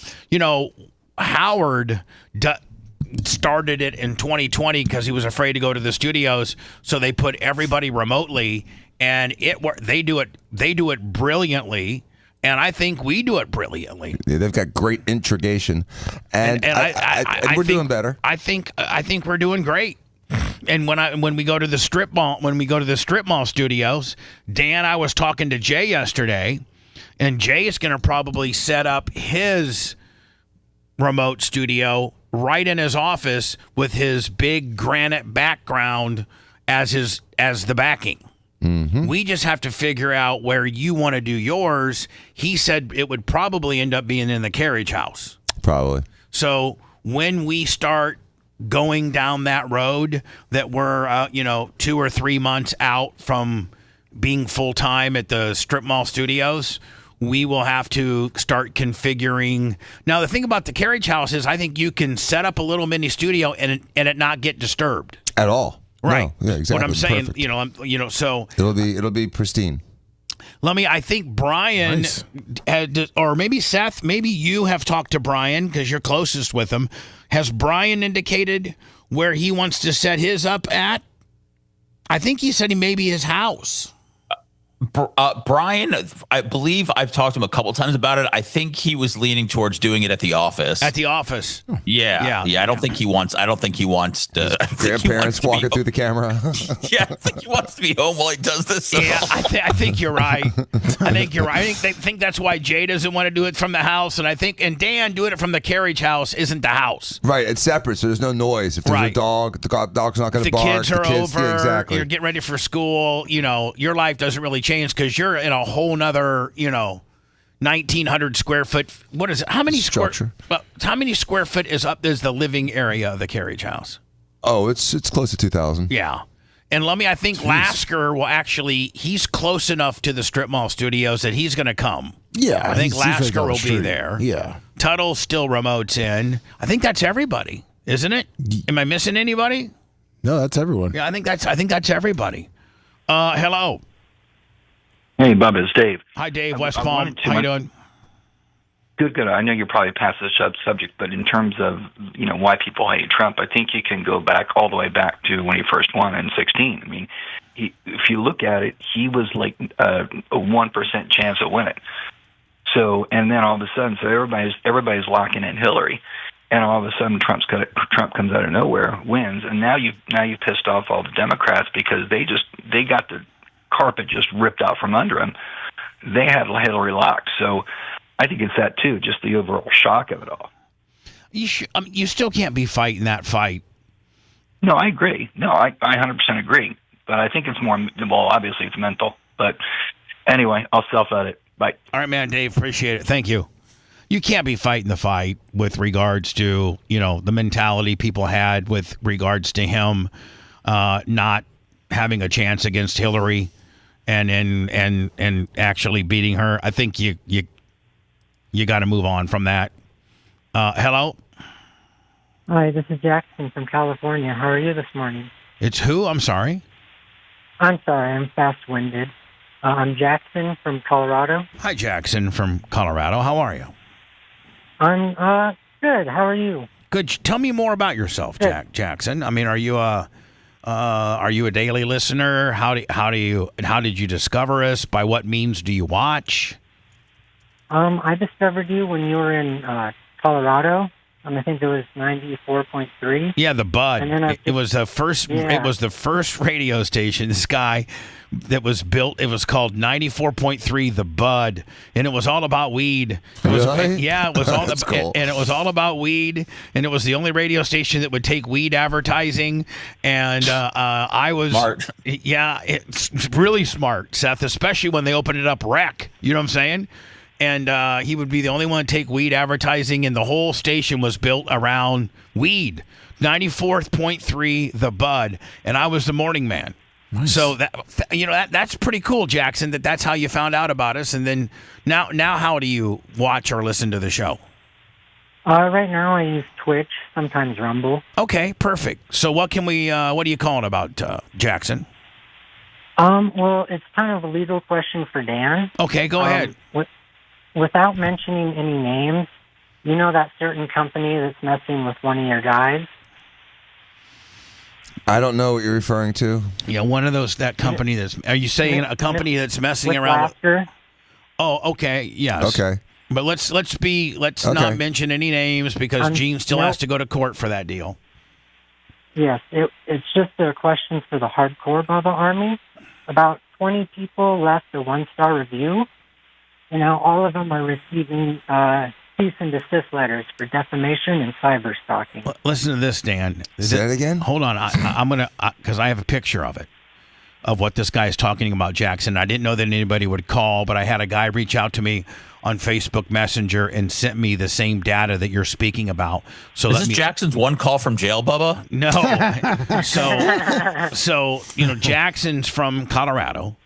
But this person, I think, happened that got a hold of me, and I'll show you the information, Dan, during a break. But, obviously Gene had a problem with a golf cart company. And Gene told his story on the air. Not going to mention any names. Gene... And was he being truthful? Yeah, we're being very truthful. Right, I understand. It wasn't in parody. It was in truth. No, it was like, hey, let me tell you something. This place, I went down there and they told me I needed new batteries. It was Coben's golf cart. I needed new batteries. They put the batteries in for me, and 3 months later, it's not working. So I take it down there, thinking maybe they'll warranty it, or it's just a little something. They tell me that basically tell me to pack sand, that it's my fault because I don't check the battery tightness every day, and these people are no good, and I'm just going to tell you right now, I'm not doing business with them. And listen, Gene was talking about an experience that he had with a business that's open to the public, and if you're a business that's open to the public, you're open to public scrutiny. Yep. You are. I mean, so this attorney that this golf cart place retained, if you went on and gave this place a bad review, now, sir, what? I think was it Google reviews, or was it?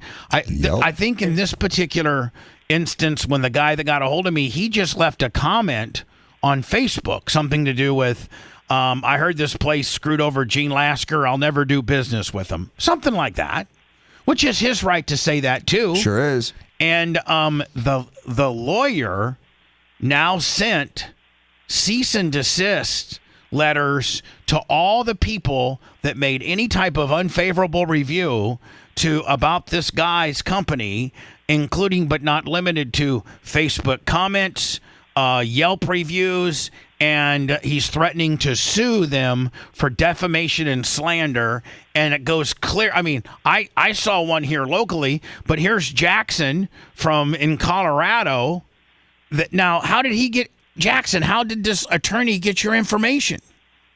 Apparently he pulled it from Google Maps somehow. And the funny thing is, I didn't even leave a comment. I just left a 1 star. And so... Come on. No, so what type of... Don't mention the guy's name. Don't mention the business. But what type of correspondence did you get? It's basically a cease and desist. It says that I am to retract my false statement and defamatory statements, and I'm to write an apology letter.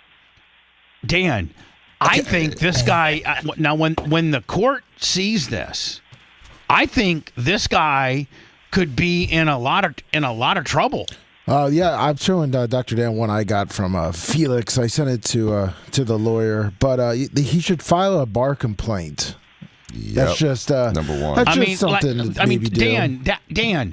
So you as an attorney, you dox a guy that leaves a one. Now, Sir Jackson, it's my understanding that you said to me that you didn't say any words. You didn't say this place is no good. You simply left a 1-star review. That's it. Yep. Jackson, is there any way I can take you off the air and put you on hold so that Daniel, the fast talking Daniel Rose, is handling this, and so that I can have Gene Lasker's attorney get a hold of you to potentially get that correspondence from you, so that we can have a copy of what was sent to you? Will you do that for me? Absolutely. Whether you send us an email or send it to us physically, but I'd like to get that. Okay. Absolutely. All right, Jackson, and you have nothing to worry about. And I'm going to put you on hold, okay? Awesome. You have a great day. All right, now. So this is looked at, hold Bubba. on. This is. I have to think, Dan, and I'm not a lawyer, and I wish Jay was here. But like, this is harassment. You're an officer of. If you're an attorney, you're an officer of the court, and you are infringing upon people's First Amendment right. Talk about bullying and cyber stalking. So in this one particular letter that I got, a guy is in the same situation as Jackson. And I'm not going to mention who this lawyer is. By the way, could you just ignore this? Like, could you just ignore this letter that you get? Yeah. Well, maybe. Okay. And so this guy here, I'm going to say Jerry Johnson. Jerry Johnson got this letter. Okay, okay, Dan. Yes. And it represents it has the attorney's name at the very top, and then it has his client's name. And then it has the defendant's name, and we're going to say, Larry Lawler, okay? It has a file number, and it says type of case, defamation and cyberstalking, issue, statutory retraction letter, Florida State Statute 770-01, trade defamation notice and cease and desist, stalking and cease and desist, trespass notification, deadline 10 days from the earliest date of the receipt or as provided by the applicable statute. Please accept this correspondence as both a formal notice and further demand that you retract your various false and defamatory statements that you've made relative to the above client, and that you issue an immediate written apology for your actions and false allegations. While this may not prevent our client from taking further action against you for the harm and damages that you've already caused, a proper retraction and former public apology will certainly have a substantial bearing on how our client proceeds forward to protect their legal interests and hopefully mitigate some of the damage already done. That's interesting. With the above stated, we understand that you recently made various and sundry false and defamatory accusations to numerous third parties, included but not limited to, and then and then there's more pages, but he sent me, the guy just sent me the first page, and he said that he's scared to death, and the only thing that he did, Dan, was leave a comment on the guy's Facebook that he wouldn't do business with the guy. And now he's getting sued. Don't you think that's way of an overreach for an attorney?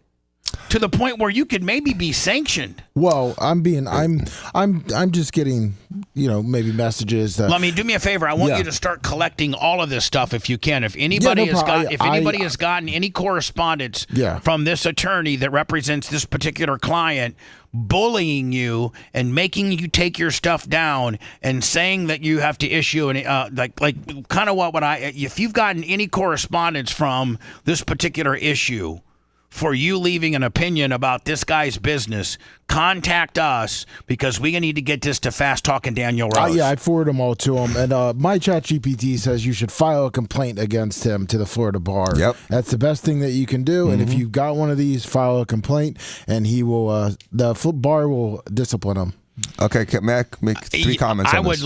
Because you're an attorney, and you probably know this really well, and I've never seen anything like this. Go ahead.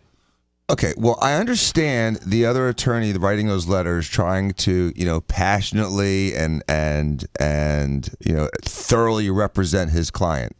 However, 2 things that need to be noted. Number 1, if I am a patron of your business, Bubba, and I have a bad experience, I have every right in the world to leave a scathing review, and you have absolutely zero ramifications against me, 0 remedies if what I'm saying is truthful. It's like they're doxing people that are leaving their opinions about your business. Now, if you don't want people to have an opinion about your business, even though they've maybe never done business with you, hey, I've never met Joe Biden, but I bet you I wouldn't like him, and I can write bad things about him if I want. You can say he's an asshole. You can say I don't like him. You can say his hair is goofy. You can say everything, Dan, but you can't say he's like stealing from his grandmother or touching little kids. Now, if people were saying, hey, listen, this place, this golf cart place, I'm not going to mention any names, touches. I went there, and when I was talking to the salesman, they touched my wife's ass. Right. You can't say that. And of course, I'm speaking in parody. This did not happen, but I'm giving you an example of something that would be defamatory, slanderous, and or liable. That is all of what I said. But if I said, hey, you know what? I've never been there before. I'm just trying to give the people that truly were giving their comments, and I've never been there before, but I heard that this place sucks. You can say that. If you don't want that to happen, and you think you have to hire an attorney to dox people clear from Colorado and make you write, like we're in third grade, an apology letter to little Sally that I pushed down at recess, I don't know if this attorney truly understands the law. And by the way, anyone receiving this letter, do not write a letter explaining that I said this and I'm sorry I said this. That's going to be used as fuel and evidence against you. No, so all you do not respond to this person. All you do is get it to us. Get it to us, or get it to the bar, or get it to your own personal counsel.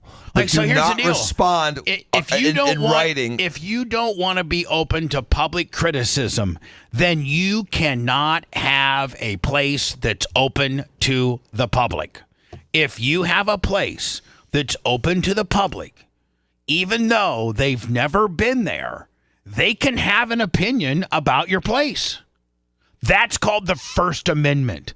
That's the most protected speech we have.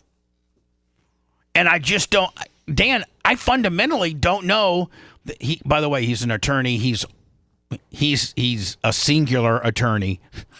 It's just, what does that mean? A singular attorney? It's just him. This guy. Oh, I'm sorry. I thought you were talking about me. It's not a firm. It's not like Diaco it's a Law guy. It's a guy that's got a shingle that has 6 attorneys and 14 paralegals. No, it's one dude. It's like a Better Call Saul dude. And I don't know that he fundamentally knows the law. And I think when you do what you've done, this is strictly my opinion. When you've done what, Mr. Attorney, when you've done what you've did, I think you're facing, this is just my opinion, I think you're potentially facing sanctions. Well, I don't know if he's going to get sanctions, but if 10 different people complain about him harassing them at the same time, the bar is going to come down. Dan, if I know of at least 10 people, that one of which is 7 states away, and one of which 7 states away didn't say this place, golf cart, whatever, sucks. This place, it just gave, all he did was give a 1-star review with no other language.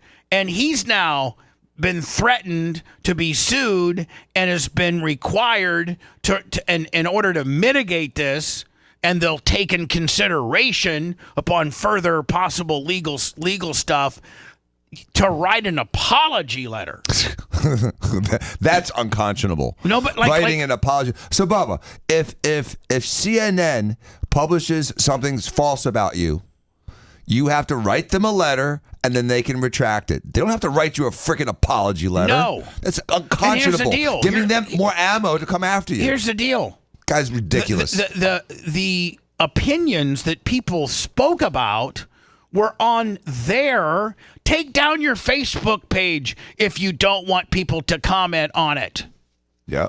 If you, like, I don't know that this attorney knows the law. Like, and isn't that fundamentally, Dan, one of the hot spots for the bar? If you are using the law as a weapon, the law as a weapon to intimidate people. Yep. And you don't know the law? Mm-hmm. Let me fast talking. Daniel Rose is going to have a heyday with these guys. Exactly. It's coming up. Guys from, I got a guy from Colorado that left a 1-star Google review that got a full-blown cease and desist. Cease and desist what? From leaving 1-star reviews? What if I go to a restaurant and get food poisoning? We're going to sue you if you leave a 1-star review. Again, I believe it was a plastic surgeon in California tried to sue over a bad, Yelp review, and grossly lost, and it set precedent because you can't. Especially if they're a patron of your business and you have direct knowledge of the business, you can say whatever you want as long as it's truthful. You can say whatever you want if you're not a patron of the business, as long as it's not liable or slanderous. I don't think the attorney quite knows what those three things mean. It sounds like he needs some education, and maybe the bar will force him to go through 10 hours of further education if he continues to harass people legally. Hello, you're on the air. Go ahead. Hey, good morning, guys. How you doing? Good, buddy. Hey, I'm on Gene's side with this golf cart thing, but I just had a question, a little devil's advocate thing here. So that guy, he's obviously doing some kind of background to find out who's leaving the reviews, right? Like the guy from Colorado. Yeah, the attorney, obviously, if you've left a comment on either maybe Gene's Facebook or the golf cart place's Facebook, or you've left a Google review or a Yelp review, whatever, if you've left a comment on several different forums about this guy's business, this attorney is literally, Dan, you want to talk about cyber stalking and doxing. This guy's is tracking you down and sending you legal-looking correspondence to the point where he's demanding that within 10 days you write an apology. Hey, Bubba, my chat GPT said just ignore the letter, file a bar complaint. Don't do anything. Send us that. You can send us the letter. We want the letter. Ignore the letter. Ignore the letter. Ignore the letter. Don't write a apology letter. Do not write an apology letter. That's number one. Do not write an apology letter. Yeah, because he can use it against you and file it against your insurance policy. He even said that. He even said, I may, not come after you, but I may. So absolutely don't give him any further ammunition. Don't respond either. God, Dan, this absolutely drips of a scandal. Like, this is very inappropriate. Anyway, sir, go ahead. So my question is, he's figuring out who these people are and where they live, and if he can prove that they've never received his services, can he send them that letter to say, hey, you're not a customer of mine. You've never been a customer. Doesn't matter. I'm not. Hey, listen. I'm not a customer of Red Lobster, but I could go to Red Lobster's, Yelp or Google review and or Facebook page and said, I hate Red Lobster. They suck. I can say that.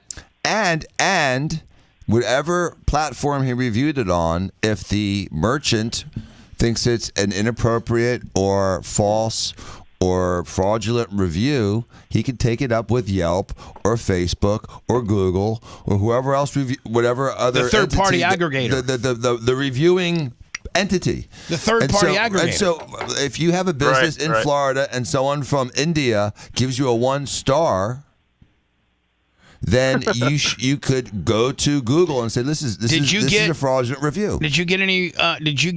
Any correspondence from this attorney? Oh, no, sir. I was just listening to the show. Yeah. So anyway, thanks, guys. Appreciate it. So, Dan, here's what I understand. Like, this guy is intimidating people. Mm-hmm. The average person that gets a letter from an attorney, and Lummy, have you shown Dan some of the letters? Yeah. Dan, it's scary. It looks very legal. It's intimidating. Does it not look very legal? Sure does. It has defendant, but blah, blah, blah. And then it's paragraphs and says, it states a Florida state statute 770 deal. Like, is that misuse of the law? That's not for me to say because I'm not a Florida ethics lawyer and I'm not on the bar committee. But it certainly seems that if you're getting harassed by a lawyer over a review that you feel is valid, then you have the right to retain counsel or grieve them with the bar if you think that they are doing something that is abusive. And personally, when someone tells you to write an apology letter that may or may not help, don't write it. Let me ask you a question, Dan, Lummy, Yes. Seth. Should we put on our Facebook page, if any of you have been receiving legal notices from a Tampa Bay-based attorney because you left a comment about a particular golf cart company, and you've received correspondence from their counsel, please notify us. First of all, do not write an apology letter. Secondly, please get a hold of us and let us and get us that information so that we can gather all of it to see how many people got these. Dan, if he's sending it to, if this guy is tracking down a guy that left a 1-star review, that's all he did. He didn't say anything else in Colorado. How many of these did he send? How many people have been harassed? That, I mean, if it's been 4 or 5, that's one thing. If it's been 30 or 40, that's very, very egregious. Yes. And would it be appropriate, because, to kind of educate people on, 1, do not write an apology letter, but 2, contact us so that we can get the data as to just how many people got this letter. So Jay wrote, it's a proper demand. He's written dozens of those, but he's never gotten a response. The desired response is silence. No further defamatory statements. I understand that. But I'm just telling you what Jay said. Right. So would Jay suggest that we do something on our Facebook page to inform people to ignore that? And more importantly, get a hold of us so that we can, when Fast Talking Daniel Rose goes to court, Dan, he can say, Your Honor, I have 20 of these letters that this guy is sending to people. He's harassing people. Yes. He's using law as a weapon. And so, yes, he can show it to the... So here's what happens, Bubba. When someone off the street makes a bar complaint, they take it medium. When another lawyer makes a bar complaint against a lawyer, they take it a lot more seriously. And when a judge complains about a lawyer, they take it as gospel. My chat says to just post, if we post on the Facebook, just have them post to email us the letters. That's it. What's that now, Lemmy? Just have them email the letters. That's all we need to post. Email the show. No, can we post these letters on our Facebook? We probably just need to wait for right now. Yeah. So they just need to email us the letters. Yes. Probably the envelope that has their name on it. That's what my one guy did. The envelope that was addressed to him with the attorney's return information in the upper left, and then the first page of the letter. I think that there are several pages, but the cover page will do. Get that to us. Email us, show@BubbaArmyHQ.com. Yes. Show@BubbaArmyHQ.com. Get that to us, because Fast Talking Daniel Rhodes needs that. Or call us too, 813-902-8222. Maybe there's, Lemmy, right now I'm thinking there might be 10 of them. What do you think? I know of 4 so far. All right, okay, so is that including the Colorado one? Yes. All right, so, and then I got another one from a guy named, let me see if this is part of your 4. My guy's first name is Matthew. Yes, that's part of my 4. All right, so we know of 4. Yes. Okay. Hello, you're on the air. Go ahead. Hello, this is Bobby. Hi, Bobby. Can you hear me? How you doing?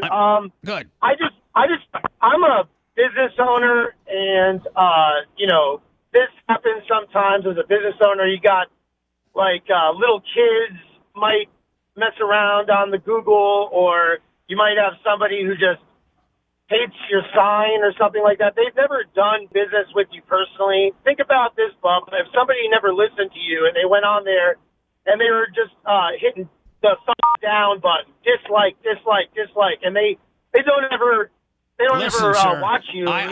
There's a lot of people that don't listen to the show, that comment daily on how much the show sucks. There's also people that listen to every minute of the show, and they hate the show more than anything in life, and they comment on it. And can you imagine how busy we would be, Seth, if we had to send docs, find people's addresses, and send these type of letters to everybody? I mean, we'd be sending 300 a day out. That's why I'm not sure how many clients this lawyer has, because this seems like a real tedious activity to do all day. I really hope he's getting compensated well for this. Yeah. We didn't take it on contingency. What? I understand where you're coming from 100%, but please, can't you sympathize with the other side and being a business owner? If somebody's never done business with you, they've never experienced your service before. I cannot sympathize with the person that's open for business to the public. I get screwed with and hated on, 300-400 times a day.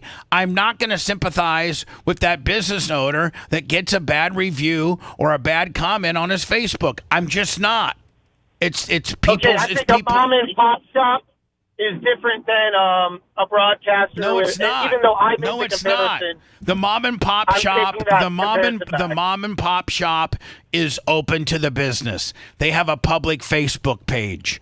They are subjected to people's opinions, people's First Amendment rights to give their opinion about their open to the public shop. Now, if their shop was not open to the public and it was private, that's another thing. But if you're out there on US 41 with a big ass sign trying to sling golf carts, you're open for public ridicule, whether people have been to your place or not. as a business owner, I respectfully totally disagree because if somebody's not actually experienced my service or my product, they should not you be can disagree all you want. You're not. You're not legally. What are you rating? You are not. What are you rating? You're not legally. Listen to me. You're not legally correct. You can disagree with me all you want, but I don't think so. Diaco did not have a good opinion on there. He actually just said, go attain counsel. He really didn't have a full knowledge of it either. I'm sorry, he doesn't. What are you talking about? Your boy there doesn't have a full knowledge about it. He said go retain counsel. He didn't give an expressed knowledge about the details about this. This is a very gray area here. It's not a gray area at all. You're not a business I'm not a business owner. I don't own a racetrack. I don't own a racetrack. What's different? What's different? What's different? Every time I have a race, there's 15 racers that get on the Bubba Ocala Speedway Facebook and talk about how much the track sucks and how there was a rut in turn 2 and the popcorn prices are too high and parking sucks. Yes, they've experienced the park. You there? They've experienced your park. And guess what? My point And guess what? I get people from Colorado that get on there too and says, if you don't experience the service, do not rate the business. End of story. You know what? That's not. And you know what, sir? You don't. You might morally be correct. Yes, a person probably should have experienced the business if they're going to give a bad review. But guess what, buddy? Legally, you're wrong. A person has every right to give their opinion about your open to the public business, regardless of whether they've been there or not. That's just the way that's just the way the business works. And obviously you own a small business and you hate when people leave bad reviews, and you this hits very close to home. But again, morally you're correct. But we're not dealing in morality here. We're dealing with the letter of the law. This is called the First Amendment. People can say pretty much anything they want about your business. Anything short of, like we talked about earlier, I went to this guy's business and he touched my wife's ass and looked like he's a child predator. No, of course you can't say that. But you can go and say, hey, listen, let's say, sir, you own a restaurant, Jimmy's Restaurant. And Seth went to Jimmy's Restaurant and hated it. So he didn't even leave a bad review because he didn't have time. Barely gets any sleep. But he told me, hey, man, don't go to Jimmy's Fine and Dine there in Largo. Me and Phoebe had horrible service. So I get on your Yelp page or your Google review page, and I say, I heard, I've never been there to Jimmy's Fine Dining, but it sucks. I heard it sucks. Now, you can jump through the necessary hoops of the third-party aggregator and potentially get my erroneous review removed, potentially. But you have no legal recourse to sue me or anything else. I can say anything I want about your place short of slander, liable, and being malicious. If I'm just giving my opinion on the services that you offer, I can say anything. You don't know the law. Unfortunately, sir, I know the law. I've been sued 2, maybe 3 times about this, and I've won every time. Was he disputing the law, or was he just saying that, you just shouldn't leave a review if you haven't been to a business? He was saying that, but he was arguing with me that that's not, that's you. I can't do that. Meaning, like, you should have to have gone to the business to leave a review, and it's not legal for me to leave a review if I've not done business with you. He doesn't understand. You know what? He might want to go paralegal for this attorney that's representing this golf cart company because they both don't know the law. I mean, listen, it sucks.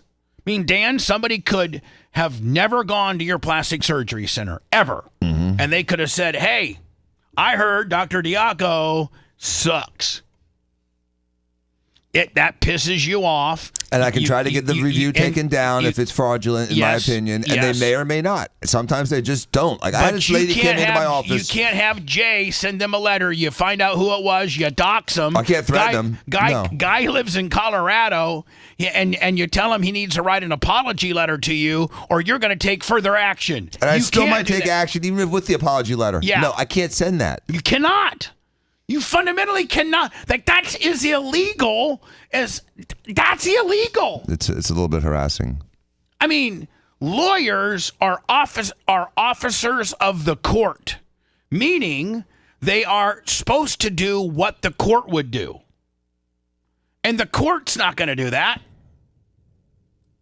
Anyway, let me, if anybody... And was he saying it from a legal standpoint or from just sort of like a civility standpoint? Both. And again, don't leave a review about a business that's inaccurate.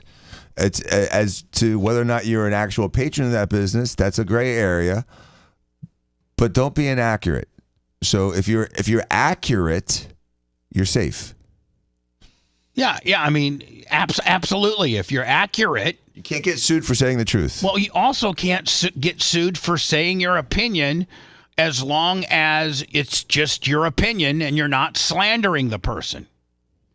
You can say, I heard this place sucks. You can say that. You can't say, I heard this place sucks because the guy touches kids. But you can say the place sucks because you heard it sucked. Anyway, Lummy, I'm full hot. I got to take a break. Can you get me some pretzels? Yes. Okay. Want to listen to the show on demand and on the go? Enlist today at BubbaArmyHQ.com. Sign up and start listening. The Bubba the Love Sponge Show will be back after this.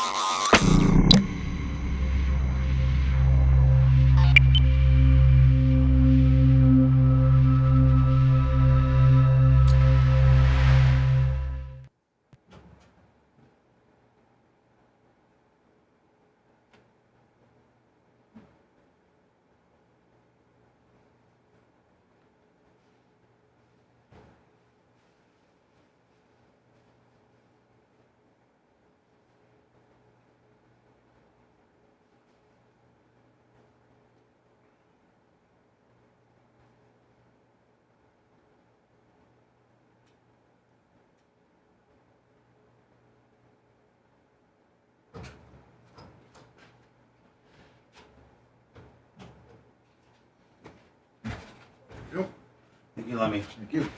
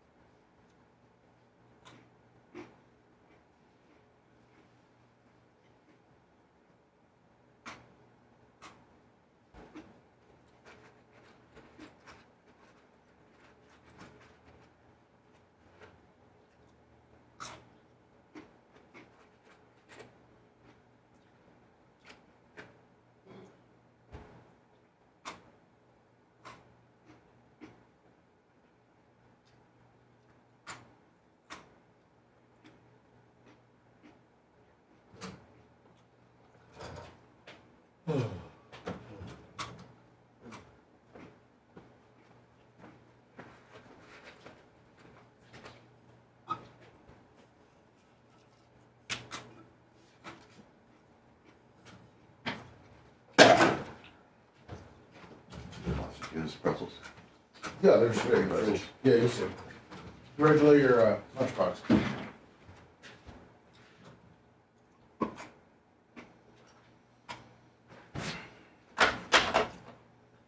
Great.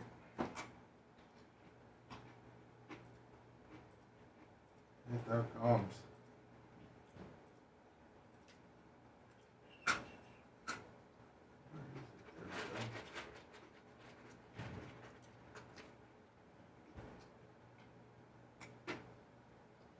Nick the gun guy. I told you, buddy. Good job. Good morning. At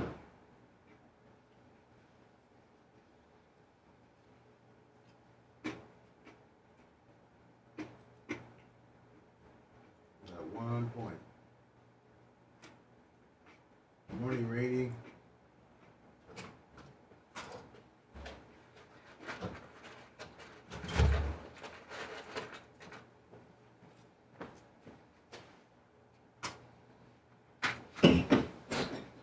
I figured out what that thing is on the floor. It's a broken pencil.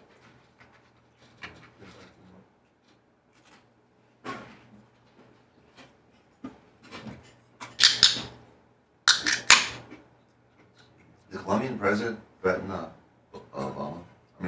Trump. Did the Colombian president threaten Trump? Colombia? Colombia.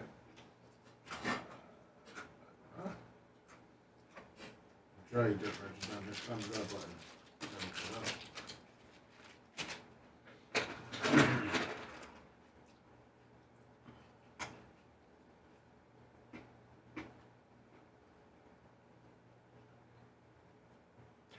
Jason Flint, I agree with you 100%. Doesn't make any sense to me. Minute 18, Seth. Dirt Martian. Nick the gun guy. That Biggie, Gorilla Lips, Big Red. I mean, did you watch the entire game? Yes. Fortunately. The box game? Yeah. Baker was full. I didn't watch the last 4 minutes because I was like, But after the leg sweep on the sack, can't do. What's up, Kabuki Jones? Baker was looking after me. Jackson was not where to fucking be. Receiver, Jackson. When? Beginning of play when you ran into Mike Evans. Oh, yeah. Johnson? No, it's number 2. Jackson or Johnson? It's a Kamoka. No, that's who ran into him. You talking about the first one or the second one? When the two, when they went.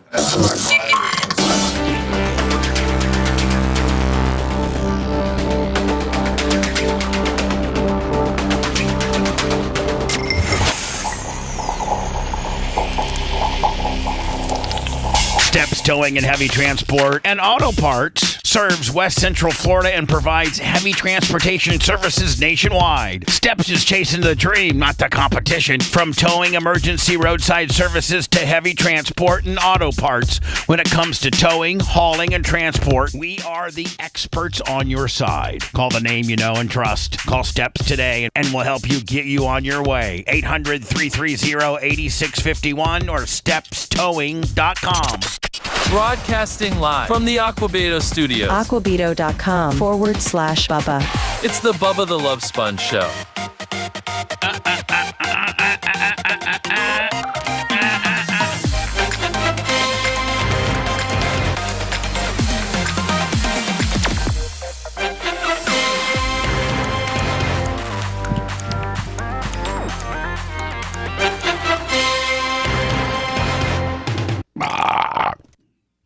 Excuse me.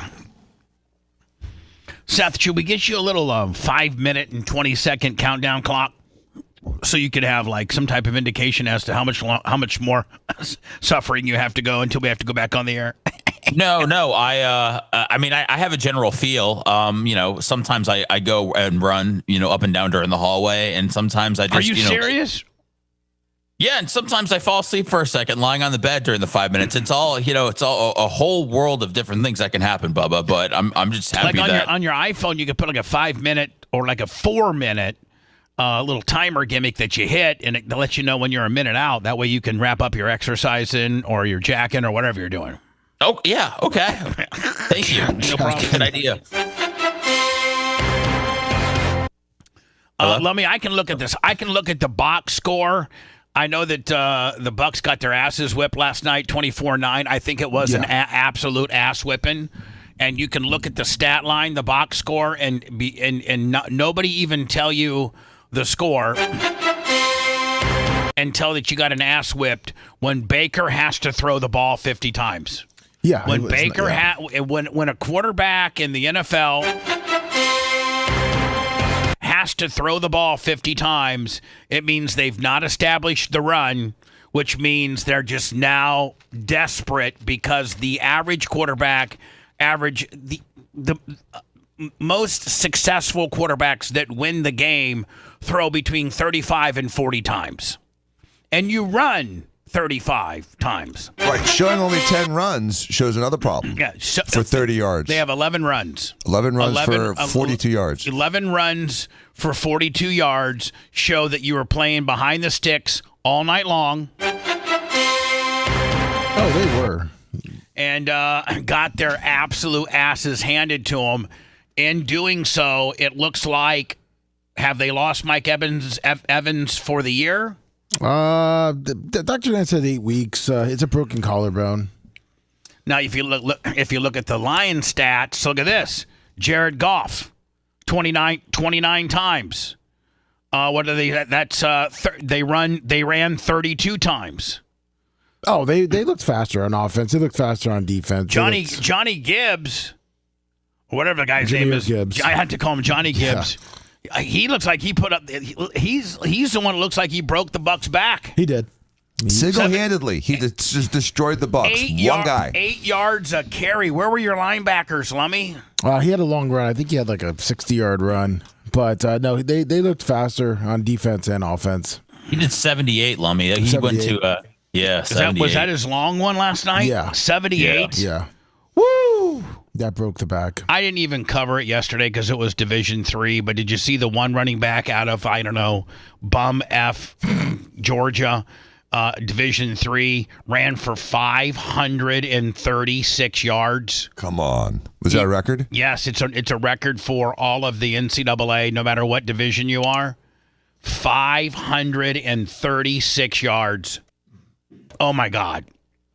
That's a little ridiculous. Are we talking about the Bucks anymore, or are we done talking about that? We can throw a little Buck gimmick in there. I think that who do they play this Sunday? Saints. Hold on. That at Tampa? No, in New Orleans. Doesn't matter where you play the Saints. You're going to kill them. They suck. We should. But in fact, the Saints, their quarterback, it shows you that they should have picked Shador. So Spencer Rattler? Yeah. Oh, yeah, he's horrible. Definitely. He's horrible. I just want to talk about the Mike Evans thing. First of all, I think it's pathetic that the two receivers ran into each other in the first quarter on the right side of the field. It was Evans and Johnson. I think that's absolutely pathetic. Johnson grossly ran the wrong route. Secondly, when Mike Evans went down, he was obviously knocked out. I'm surprised at this slow response to that.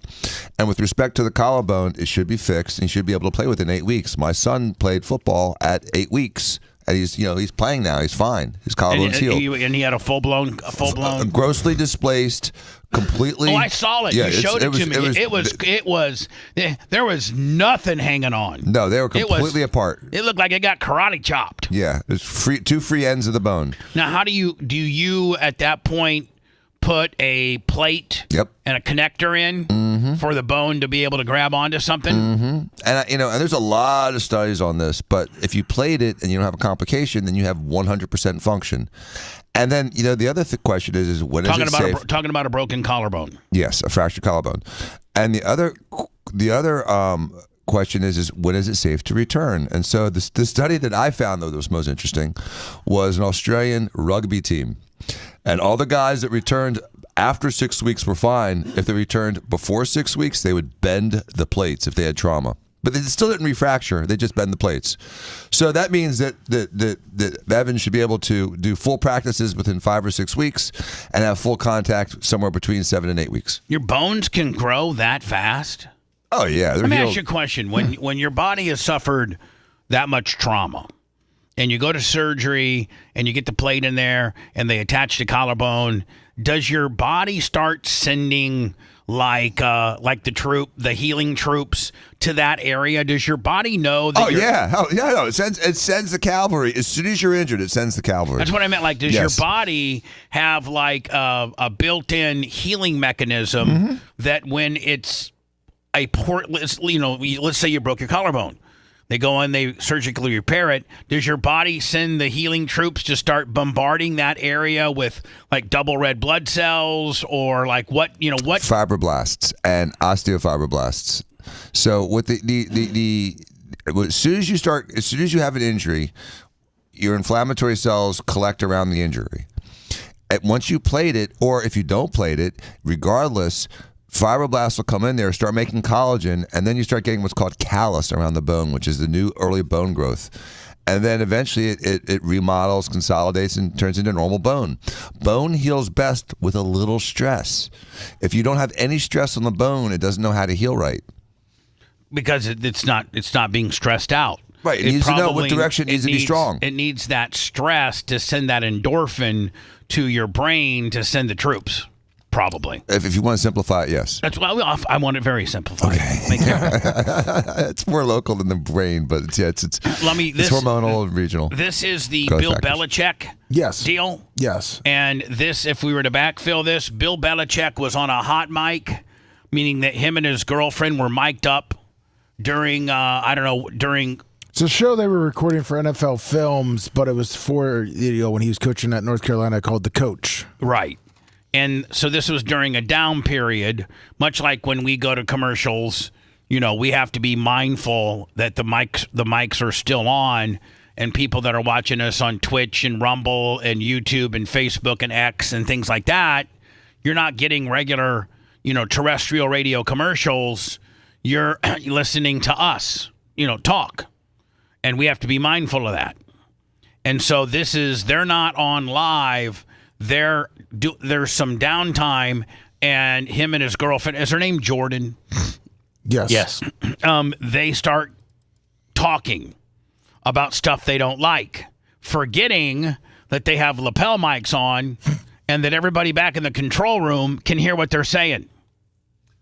Can I ask a question? Yeah. It looks like they're in like a podcast context talking about the key plans for the Broncos against the Giants. I don't know. So they're not doing anything having to do with UNC Chapel Hill right now. It looks like they're doing a professional commentary. A commentary on professional football. Well, let's hear it. Is it necessary to say keep them out of the end zone? Because I feel like that's pretty self-explanatory on defense. I don't know if there's like an additional point. Yeah. See, and again, Bill Belichick, is not letting his chick roll up in here and make, what does she know about football? I don't think she knows anything about football other than what a normal 26-year-old female that's been around a little bit would know. She was a but what she cheerleader. may understand, She's a cheerleader. But what she may understand is presentations, graphics, and social media, and so she may actually have some value here. Let's listen. Because she's not telling him how to coach the UNC Chapel Hill. Let's listen. Tar Heels. Let's listen, Dan. It's a 100%. 100%. I feel like that applies to all defenses. Well, no, but we just said that the Cowboys' offense is the best offense in the league. They have the most yards per game. So they're going to get the ball down there. Mm-hmm. We know they're going to get the ball down there. Preventing touchdowns and forcing the field goals is going to be a key to the game. Yep. We could say it differently. Is that red zone specific, conceptually? Well, Should that say red zone instead of end zone? well, there's explosive plays involved. It's okay. Yeah. If I'm her, I'm like, man, I want to, it just validates potentially what she may be, in the fact that, even when he's not in a press conference or in front of the camera, he even talks like a grumpy old prick. Does he not? Just his normal delivery is grumpy old prick. Yeah, he must be a ball of joy to live with. So I wonder when he's really getting after it and he's fixing to have his party. I'm wondering what he says. Like, hey, you want me to give it to you? Oh man, I'm getting ready to party. Oh, tell me how much you like it, Jordan. So you guys haven't reviewed these before this moment here? Not the graphics. Not the actual graphic itself, no. This feels like a how many people does it take to screw in a light bulb situation. Yes. Editors at NFL Films did something and then turned it around to their guys and this, that, and the other thing. It's like, it's a lot of salary to pay for. If somebody puts on a clock, I could create this in 5 minutes. Will you give me $2,000 to do that? $2,000. Do you want to create editable templates that Matt can just plug numbers into? Well, we'll get somebody else to do it. We could Or use Joe or Adobe whoever. Photoshop, and honestly, this is something I've done before with what you're calling a template. Okay, so Adobe Photoshop, and we have last week's thing, and then you literally just go back and say, oh, rather than Joe Montana, you just go click, click, click, click, click on the delete button, and then type in a new name. It's already formatted. It's already this, and you just upload it. You take a screenshot of that screen and then just upload it, and it takes literally like 3 minutes to do it. I mean, I was able to build out his entire website with animations, with all of these things. I have zero real graphic experience. And what men that are shooting a coach's show with Bill Belichick, these 3 men here, what a man hates more than anything is when you have your know-it-all significant other trying to run the show. And they work for NFL Films, so yeah, I mean they've done it's it not before. like there's some jobbers. Well, I understand that, Bubba, and I'm not trying to counter program in any way whatsoever. However, but you have. But I'm not counter Hold program. on. I'm just saying there's some Dan, value to some value to. Dan, Yes. you have to understand. Anytime that you say that you're not counter programming, you are. Okay. So it would be better for you just to spew it out. Okay. Stop defending your position and just spew it out. Okay. Sometimes when people work on your production, they're so hard-headed and so set in their ways that they don't look at things a different direction and from a different perspective. And if these guys, because they're getting paid tens of thousands of dollars a week to do their whatever graphics, and the graphics are difficult to manipulate, then she has a point. Maybe they should do it a different way so it's easier to modify them when you don't see the graphics until 10 minutes before your show, and you're like, you know what? This could be said better. So there's an argument that maybe easier to understand graphics are a good idea. Are you done? Yes. No, I'm not done. There's one more thing. She may know they're trying to do perceptually. They're trying perceptually, Dan. Tell me how well it would go with you and your Jennifer and your other great employees if you're in there and Romina is telling them how to do their job. Perceptually, Romina could be correct, but it doesn't make you look like a leader or the boss or the man. I'm just saying perceptually. Okay, it's a discussion amongst all the jobbers trying to make this production go forward. And when I have every week or two, we have a meeting, and the people in the meeting include me and people that make $10 an hour, not $10, but like $15 an hour. And guess who doesn't include? And they all have input. They all have input. It doesn't include your significant other. She's not an expert in it. Bring your significant other to work. If you heard Unless Jordan, she has talent. Jordan just said she doesn't have any experience except for what she did with building his website, which I like to see that website. She said she put some animation in there. What about the tandem of you and Merch Crick? Oh, God, I can only imagine that one. Well, the Merch Crick knows her lane, and if dealing with merch, I don't even get in her lane. She gives me things to look at, and I approve as to whether I'd like for them to be a piece of merchandise that we carry. Then she does all the ordering. She does all the shipping. She does it all. I don't get in her lane. But you're acting as if that this chick is telling Bill how to coach. She's telling him how to make a graphic that makes sense to people that may not understand what he's trying to say. I think it's a different context. She's not telling him who to draft, who to get in the NIL, who to play that week, or what play to call. She's talking about graphics, which is something she probably. I just fundamentally have a problem with bringing your bitch to work. Hey, Bubba, I sent you Bill Belichick's website too because because that's what she built. Yeah, And I know Dr. So let's Dan wants to see yeah, expertise. Dan. Let's see her expertise. I know people are clowning on it. They're saying it's not great. Yeah, that's nice. It's horrible. I mean, it's absolutely horrible. Let me see. UNC contact. So that, I mean, Dan, We utilize this form, Bubba. Do you see the form? What? I don't know. It's just like, where are you supposed to utilize the form? Can I ask It's horrible. I know the journalist that got this info, Pablo Torre, and he's been doing a lot of this investigative reporting.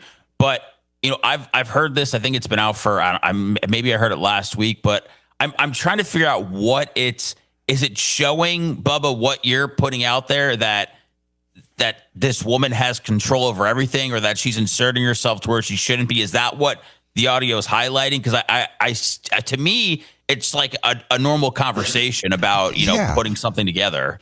I agree, Seth. Well, I don't think that we've gotten to the bad part yet. Okay. In my opinion, right, Lummy? I don't think we've gotten to where they start.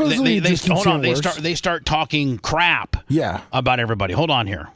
And he has a live website with all of these things on it. It was just a matter of pressing some. Which, by the way, we just looked at his website, and it's website. Functional. It's website 101 stuff. Some things around. It's like, oh well, if you don't like that, we'll just info. Yep. right. So couldn't we it's pretty elementary. Do something. Oh, that looks great.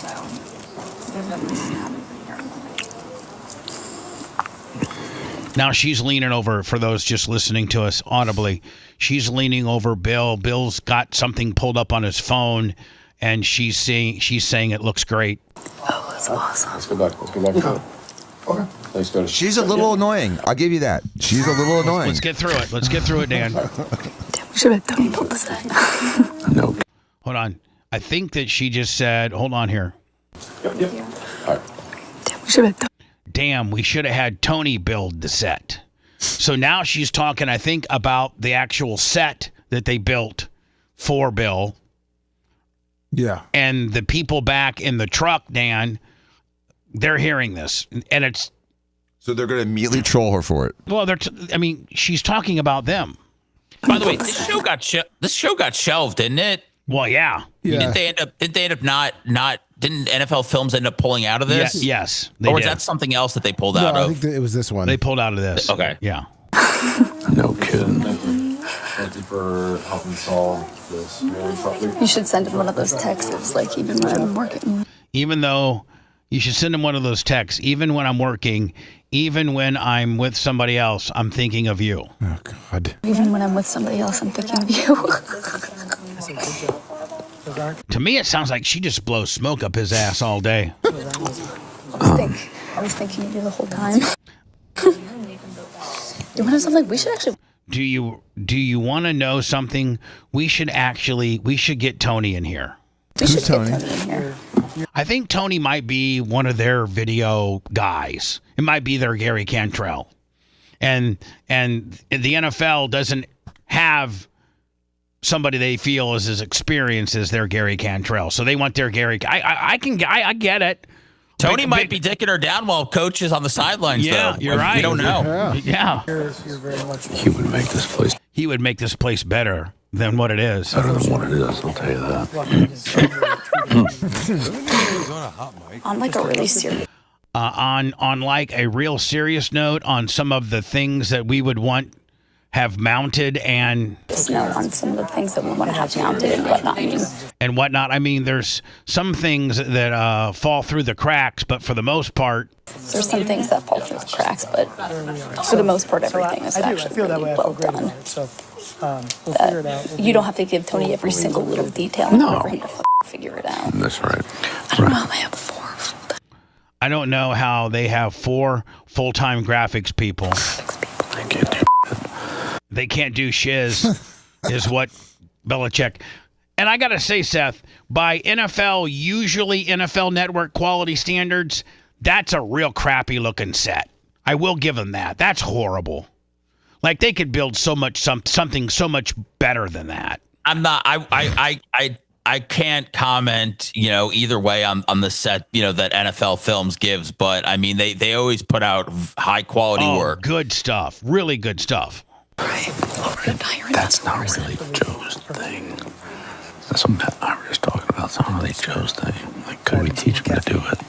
Yeah, but then he becomes a graphics guy, and we need somebody who did that for us, and we have to figure out who's available to do that. Who knows how to arrange the stats? Because I have a graphics person who helped me with the website. We need a football person. I think they're using all of the underdog people from the other things that don't know. They're using all the underdog people from all the other things that don't know how to do anything else. How to do anything else aside from what they do on all the other shows, which honestly, frankly, really isn't that good. Boy, she is a really fast talking little bitch. Is she not? The same thing that we ran, like the final thing for the coach logo that we ended up with was like white letters on a black background. I was like, we're not doing that. Like, make it leather. Like, make it. Hold on. I think she said, I'm not doing that. Hold on here. Logo that we ended up with was like white letters on a black background. I was like, we're not. I was like, I'm not doing that. Doing that. Like, make it leather. Like, make it something. So Bubba. Yeah. If you were still working at Sirius, and they were doing a new show with you, and they staffed it with a bunch of jobbers that weren't doing what you wanted, you felt were incompetent, and weren't. Well, first of all, par, I'm bringing my own guys. pissed. I'm bringing my own guys in. Well, but that wasn't the choice. That wasn't the choice. The choice is their guys. And so, I ain't doing it. Well, I understand you ain't doing it, but in this situation, he's stuck in a situation here with a subpar staff. It appears. Guess what? What? If I go to Sirius and they make me work with their staff, Merch Crick ain't going to be there with me. Determining determining what is best for radio or whatever I'm doing. That's not her lane. Her lane is to make sure, we got the latest retractable knife, the latest lunchbox, the latest backpack, the latest, whatever. She's in the middle of designing and ordering the barp rings right now. That's her right. and Ashley. But Seth isn't a website guy, and if you had a website crisis going on, you'd ask Seth's opinion, even though he's not a website guy, because he's intelligent and he's someone you trust. Seth would be like Bill Belichick's offensive coordinator, and that has more standing. Seth is my offensive coordinator. He executes my format. He knows what I'm doing. He has information in the business that I'm at. He also has a long tenure in the business that I'm trying to do. Radio. And even for podcasting, Dan, we got a podcasting email the other day, and Bubba responded to it, and I acted like I didn't know what was going on, but I clearly knew what was going on. It was all my fault, but I played around like I didn't. So there are those things that I am somewhat of an expert on that I do try to finagle my way out of at times. It was funny too. And she's the opposite. She is not an expert, and she's trying to finagle her way into it because I think she truly cares. What she said, nothing that she said was unconscionable. Everything she said was it just accurate. shows you how vagina whipped he is. He's controlling. That She's controlling. Exactly. I got to go to words. Jay's here. Jay, I emailed you one example, and we're keeping it very ambiguous. We're not saying any names or anything like that. Not of the lawyer. Something else from yesterday? No, I just texted you and Dan. I just texted you and Dan an example of these letters that these people that have left this golf cart place, and whether it's a Yelp review or whether it's a comment on their Facebook, and this attorney is tracking them down, including did you hear the guy from Colorado? Mm-hmm. I just I don't want to get into any specifics, any names, any particular businesses. I just want to get into your opinion of what this attorney's doing when we come back. If you liked that segment, then you'll definitely like the new redesigned BubbaArmyHQ.com. We'll be back to the Bubba the Love Sponge show after this. To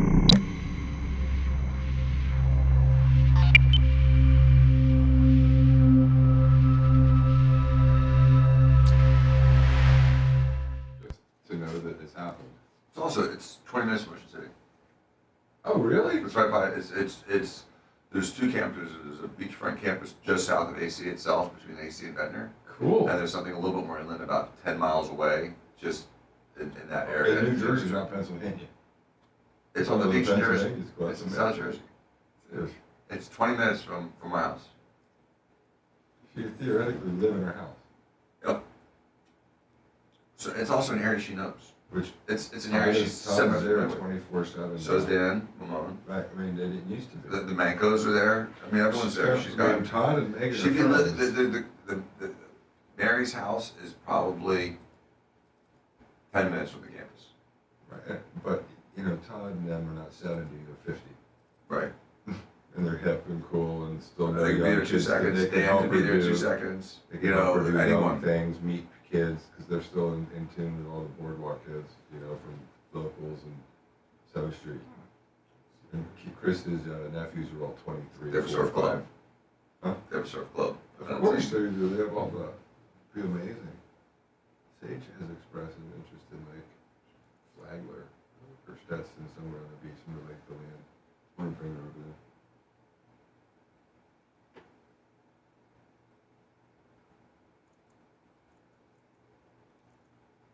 Bear Hayes, good morning. J. Law Bronco, Smizuki, Tatanka.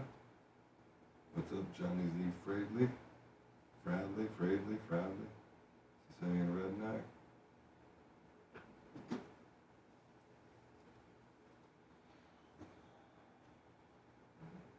Man, I want to try to get some UFC tickets for the New Year, for the 4th of July thing. I'll talk to Steven about it. I'm like, we should try to possible. He knows Dana. Huh? He knows Dana, and he knows Chris, and he knows a bunch of people. Good morning, Woody. Yeah, literally. Because it started with 2, him and Krista. and besides that, it's not a 60,000 person football stadium. What of the? It's gonna be 20,000. You don't think? What's up, Heather Spin Instructor? 10,000 are gonna be VIPs. You don't think it would be like possibly a 2? Then who's going? 3? Me, you No, I don't think it's possible. I'd love it. I think it's fair sailing. What up, Ice-T? I think that would be the best show in town for the 250th anniversary. It'd be amazing. What up, Gripper Lips? Seesaw. What's up, Sicilian Redneck? Double XL, Outside. New England Tom. Merchant. I need to go there, man. I haven't been there in 5 months. For all I know, there's some people living in my house.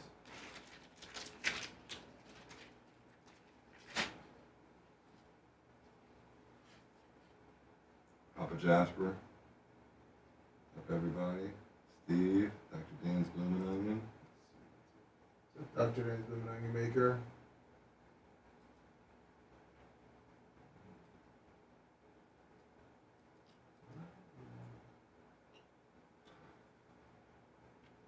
About celery, chop it up, spice. Up everybody. Oh, my concoction did nothing, Bubba. Jesus. Really? All night long. All right, Bubba, plan B. One of the worst nights of my life. Plan dude. C. Okay. Like, I fucking showered. Just one I more. slept in Yeah, 4 yeah, rooms. I slept in 4 rooms. Okay. Dude. So Dan, Yep. you know what I'm doing. Yep. But try it tonight so that he doesn't have to get up tomorrow morning early. Be sure. No. I'm gonna after the show. I'll get him set up Yeah. for tonight, so that Jay, you know whether that works. Right. I'll just go. But this right is back to back. this is my not This my is your Hail real Mary. one? This is what I wanted to do with you, but Dan said let's just try this. So we did it Danny's way. Now we're gonna do it the different way. Could some of the stuff Dan make it have the opposite reaction? No. Like my kid has like Benadryl makes some kids sleepy, makes my kid the opposite. Could I get like sometimes I take like a real known good sleep thing that would like knock you out for 12 hours and it makes me fucking restless. And I gotta shower and my legs suck. It's terrible. All right. Well, it will. I'll try it. I'll go for it. I'll go for you. Perfect. Doctor approval. Perfect. No, it's Dr. Dan approval. And Dan said, well, Dan knew that we may have to go this route. Yeah, well, I just want to report back to you. Okay. It was miserable, dude.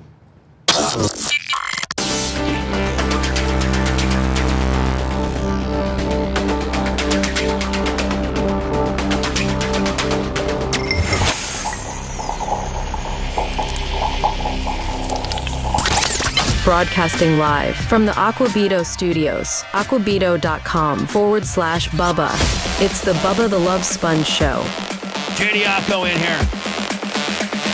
Seth Kushner, remote, me, Lummy, Dan, Macho Man, and you. Thank you.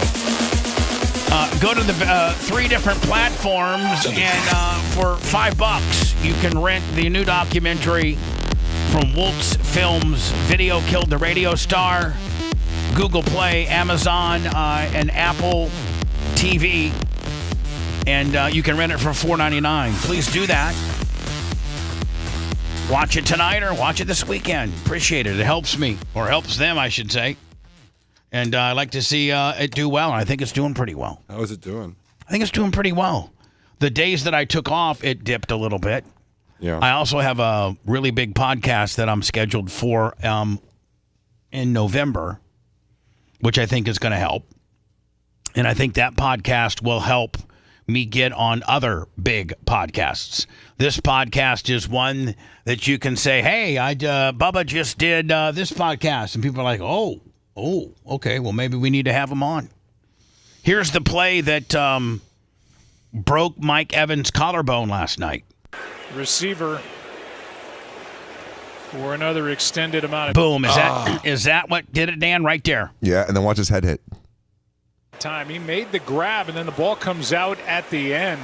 He's asleep. At the end, Good night. The reason it came out was due to from the head bang, or from the trauma that you just took on cracking your collarbone. He's a man and a stud, and breaking his collarbone would not create that problem. He got knocked the F out.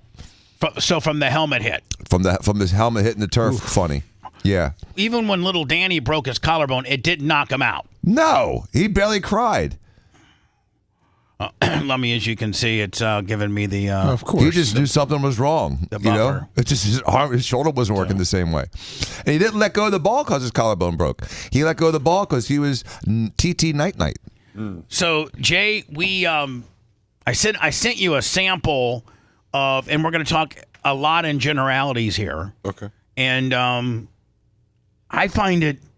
I'm not a lawyer, but I play one on the radio. And I know a lot of them. I know more lawyers than I do anything. I know so many lawyers. Man, the amount of lawyers I know. But just from what I know, and I've fought defamation, slander, and libel. I've been in two of those cases. One of which, the most famous, versus MJ, defended by you, lead counsel. And we do have the closing arguments. Yes, we do. By the way, $20. Thank you, by the way. And so we need to get that. We need to have Gary clean those up one of these days and make that a video that's available on our various platforms. Because Jay looks so young. He looks so young. He looks like you look like you could barely drink. It was almost 13 years ago. I know. And one, he looks so young. But two, he arguably, probably, even in his illustrious lawyer career, would consider that probably his best close. For sure. I mean, not necessarily the most writing on it, because he's had to close in front of juries where he's, seeking, tens of millions of dollars. That wasn't the case, but we were defending that. Yeah, we were. They wanted tens of millions. Remember, sure did. Remember Phil Campbell? What's it worth? 500,000, 1 million, 1 million 5, 2.5, 2, 3. And so that Mr. Clem will not do this to anybody else. I think what killed him, Jay, is their very own words and their very own defense of their position. I think had a lot to do with their demise. Not that I didn't have two of the biggest sling and D attorneys in town, in you and Greg Herring, but them begging for money, MJ's theatrics on the stand, and Phil Campbell's not knowing the law, I think that didn't help their cause at all. And it was just words, and the jury got it. And what they were trying to make, literally the old proverb, a mountain into a molehill. and it was nothing. It wasn't a capital murder case. It was classic radio wars, hyperbole, parody, satire, protected speech, satire. None of it was meant to be taken true. And the way that they conducted themselves on the stand was clearly rejected by the jury and the public. Yeah. The public didn't like it either. And so, when you go on there and you say that you're in fear for your life, but you don't hire security. And you remember the question I asked of every witness? I said, do you know a single person that heard this live, believed it to be true, and treated you differently? There was not one.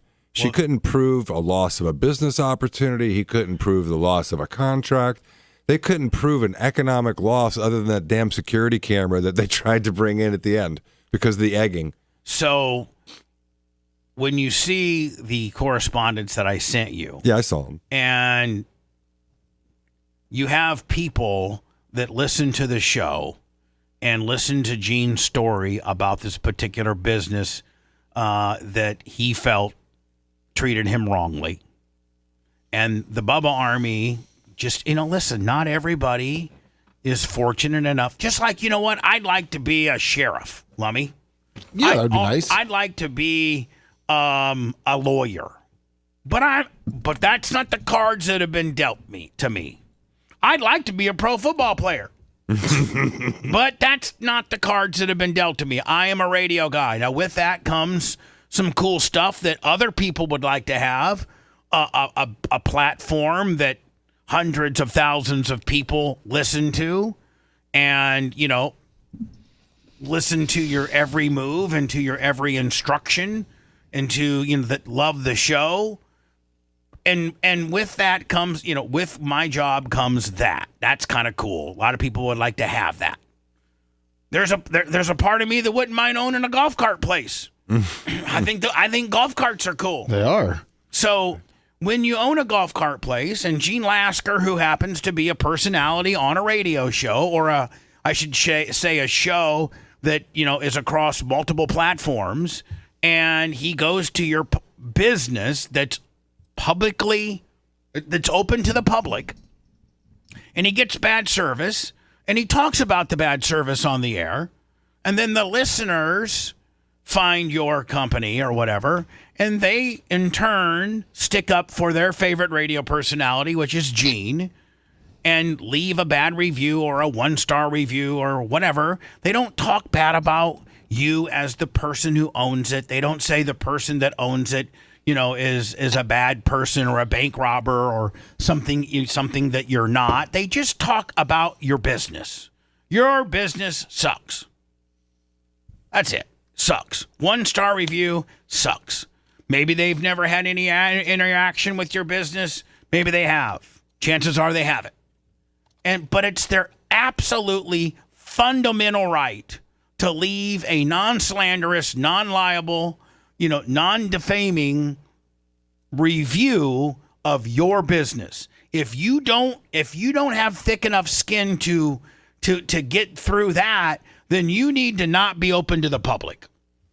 You need to not be open to the public. However, Bubba, as a business owner, I understand that animated caller's position of saying, like, listen, people that have businesses don't need people that haven't patronized those businesses to give bad reviews about that business. But it's not illegal. It's not illegal. It just sucks. I know it does. And you know what else sucks? It's You want me to get into what sucks about my life and the things that have been done to me? We're talking specifically about this situation. No, what I'm just saying, in every aspect of life, you have something, or I should say in business, that sucks. Unless you win the lottery and you live on your own and you live in an exotic island and you don't care about what people think about you, you gotta have to, and you're going to be, like you told me yesterday, you're gonna sign the front of the check. With that comes this, public scrutiny.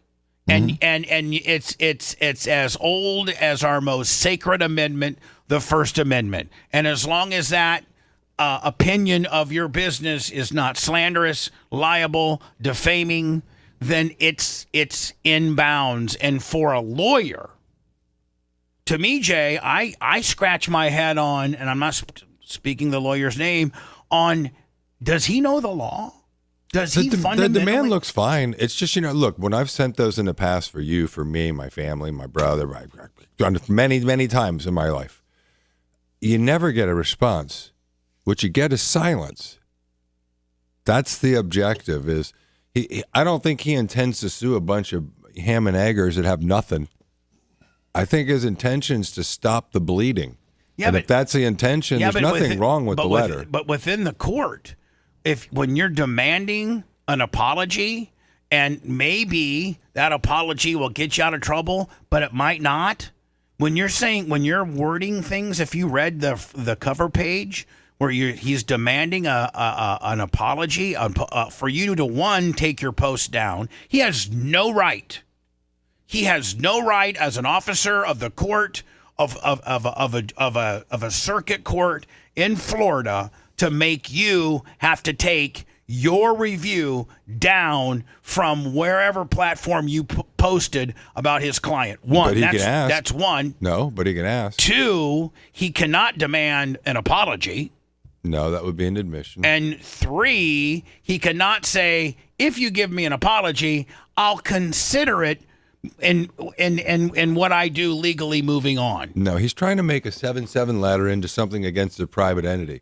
So, like, if he sent it to you as a broadcaster under 770, you have a period of time, I think it's 10 days, to make a formal retraction. If you do that, you're not liable as a broadcaster. Period. You don't have to write an apology letter. You don't have to get on your knees. You don't have to beg for forgiveness. Wrong. He does have to do certain things. It's called a retraction. You see Joy Bearhart do it. You've seen lots of people do it. But it's not an apology letter. But it's not an apology letter. But it's not an apology letter. It's a retraction. It's a mistake. You're splitting words. No, I'm not. This guy asked for an apology letter. And I'm saying that they're different. Bubba's a broadcaster. These people are not. And so a private citizen has no obligation to respond to a letter like this, but they could stop. And that's the real objective. Is there civil liability for statements already made? Maybe, maybe not, depending on the words of the statement. But if you admit to it, it's an admission. Yeah, but I mean, what if you don't say anything and you just hit a star? Yeah, and like there's Jay, no words being said. Like, here's the thing, Jay. And hold on, hear me out. Let's say you didn't say nothing and you gave the guy a 1-star, like the guy from Colorado. You gave the guy you gave the golf cart place a 1-star review. Right. This guy now, this attorney, has tracked you down clear to Colorado, has made you take that 1-star rating down, and is now threatening what's in that letter. That, to me, would not be viewed favorable by Your Honor. I think a judge would be flabbergasted that an attorney is reaching out to people in Colorado, having them take their 1-star review down. Not, this place sucks. I don't think it's going to be that offensive to a judge, honestly. You're just asking someone to take it down and apologize. And if they don't apologize and they take it down, you win. Yeah, but the verbiage in the letter... It's threatening. It's legal. Lawyers have legal extortion when you call it a demand. It's unfortunate. And so what he's saying is do this or do that. The way to articulately write it is, I like to if you see don't the take other- it down, I'll take all steps available under the law. That's the way to write it. I haven't seen, the only page I've seen is the one the guy sent me. It's just that first. Oh, I can send you the whole thing. Does it even get worse? I'll look at it. I haven't looked at the whole thing. I mean, send me how many total pages is the average guy that left an unfavorable review on this particular golf cart place? How many pages are and I would probably 7 pages. That's a long ass letter. Jay, again, that doesn't look good for him. My real one that I got $1 billion company to retract on was like 2.5. Right. Maybe. And that was a public broadcaster on public airwaves that said untruthful defamatory statements as a matter of law. I was going to say borderline defamatory and slanderous statements as a matter of fact on their airwaves. And we'll keep it quiet because we have to. That's all I'm saying. Yep. But that's a far cry than Johnny P.Q. Public from Colorado leaving a 1-star review on a golf cart company. 100%. And we did it pursuant to statute by 770. And then we actually drafted the retraction. Remember? Yeah. And so, like, this guy shooting out letters, 7-page letters that... Shock and awe. And again, let's not forget, if you're a lawyer, as you know, you're an officer of the court. Would the court be doing that? Is this allowable by court standards? You know, when I look at it, to be honest, I think it's, not well played, but I don't think there's anything inappropriate about writing a letter to somebody, telling them to retract or stop. What if everybody that left a 1-star review over every restaurant, golf cart place, car wash place, car dealership, dry cleaners, anything that you do, any type of any service that we consume, and you had this attorney that did nothing but fire off these type of 7-page threatening letters to everybody. My God, I mean, I don't know that you'd have any other time to do anything else in life. You do it for not for the money. You do it for principle, for people that are your friends. I did it for pity. His neighbor was trying to encroach on his property line, and I wrote a really That's a whole different letter. I wrote a very stiff letter that basically said... But you're dealing with tangible property. But you're saying that this guy's unethical and ill, and he's, a liar, and you're saying all these defamatory statements as a matter of law about the nicest human being in the world. And so I wrote a letter and said, this is the truth. If you don't stop, cease and desist, we will take action because your statements are already actionable. Now, I never thought in a million years we were going to get a penny out of the guy. I thought we would get to enforce our boundaries, and I thought he would stop. And that's exactly what he did, and then he moved away. Yeah, but what I'm saying is that's a tangible piece of property you're talking about. I get the distinction. This is a review on a third-party opinion-based forum that is fundamentally built to allow you to give your opinion. That's what this forum is your opinion about a business. And Bubba, a 1-star review is speech. Right. Giving someone the finger, flipping someone off is speech. A T-shirt is speech. And choosing not to say something is speech. Just so you know, those are all speech. Hello, go ahead. Hello, this is the animated caller from before. Yes. Hello.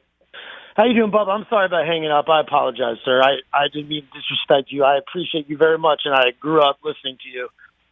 Apology. Hold on. Apology accepted. You just are too close to this particular situation to have an open mind of what the letter of the law states. I'm going by the law, and you're going by what is morally correct. Now, I agree with you, and Dan does too, and so does everybody else, that if you're a mom and pop business, that these reviews probably do mean a lot to you. And if somebody has never been to your business and they leave a bad review, that's not fair. That's not cool, and it's not fair. But, sir, it's legal. And so that's where you and I were differentiating. I understand your frustration, and I agree with you. Mm-hmm. If nobody listened, if a person's never listened to my show, and they say, man, Bubba's a fat ass. I heard he was a fat ass, and he speaks a lot of nonsense, and Seth sucks, and Lummy sucks, and the Diacos, they both suck, and I hate them. And you know what? That sucks, because they'd never listened to the show, and if they would listen to it, they may have a different opinion. But guess what, sir? I got to put up with it, because I'm a public figure, open to the public for public scrutiny. So I think you and I fundamentally agree in the fact that morally it sucks, but that's the world that we live in. Mm-hmm. No, I think that we're in a gray area phase before things do get like where that is like illegal, because they're dealing with kind of similar stuff online right now with X and stuff, where you get a coordinated group of people to. It's the most. Okay, you don't let me talk. It's the most sacred of all of our amendments. It's the First Amendment, freedom of speech. A person has the right to give their opinion about your mom and pop business. They do, sir. The business owner has a right to get an attorney with First Amendment right to get an attorney to tell those people. Please ask them, hey, you have no dealings with this business. You've never used the service. Please retract your review. You are correct. You have every right. And by the way, you have every right to waste your money. You have every right to waste your money. Third-party aggregators, Bubba, those third-party aggregators never take the review down. No. What you're doing, you have a lot of power, okay? And with power comes great responsibility. Nobody, and you're not using that nobody gets screwed with more than me. Listen, however many bad reviews you got, multiply by 100 as to how many I get daily. There's a chat log right now that's 50-50 as to how much I suck. I mean, sir, it's just if you don't want two wrongs don't make a right. If you don't want anybody's opinion about your business, close your business. You're never going to win your argument. Unless we're going to reach a point where this is going to go to the Supreme Court probably, where people have to validate who they are. No, they don't. And that you actually, yes, we are going to, yes, people talk about that. There's a huge debate about that. Absolutely. When it comes down to Sir, let me ask you a question. Let me ask you one question. What law school did you go to? Listen, I'm just talking from a normal answer.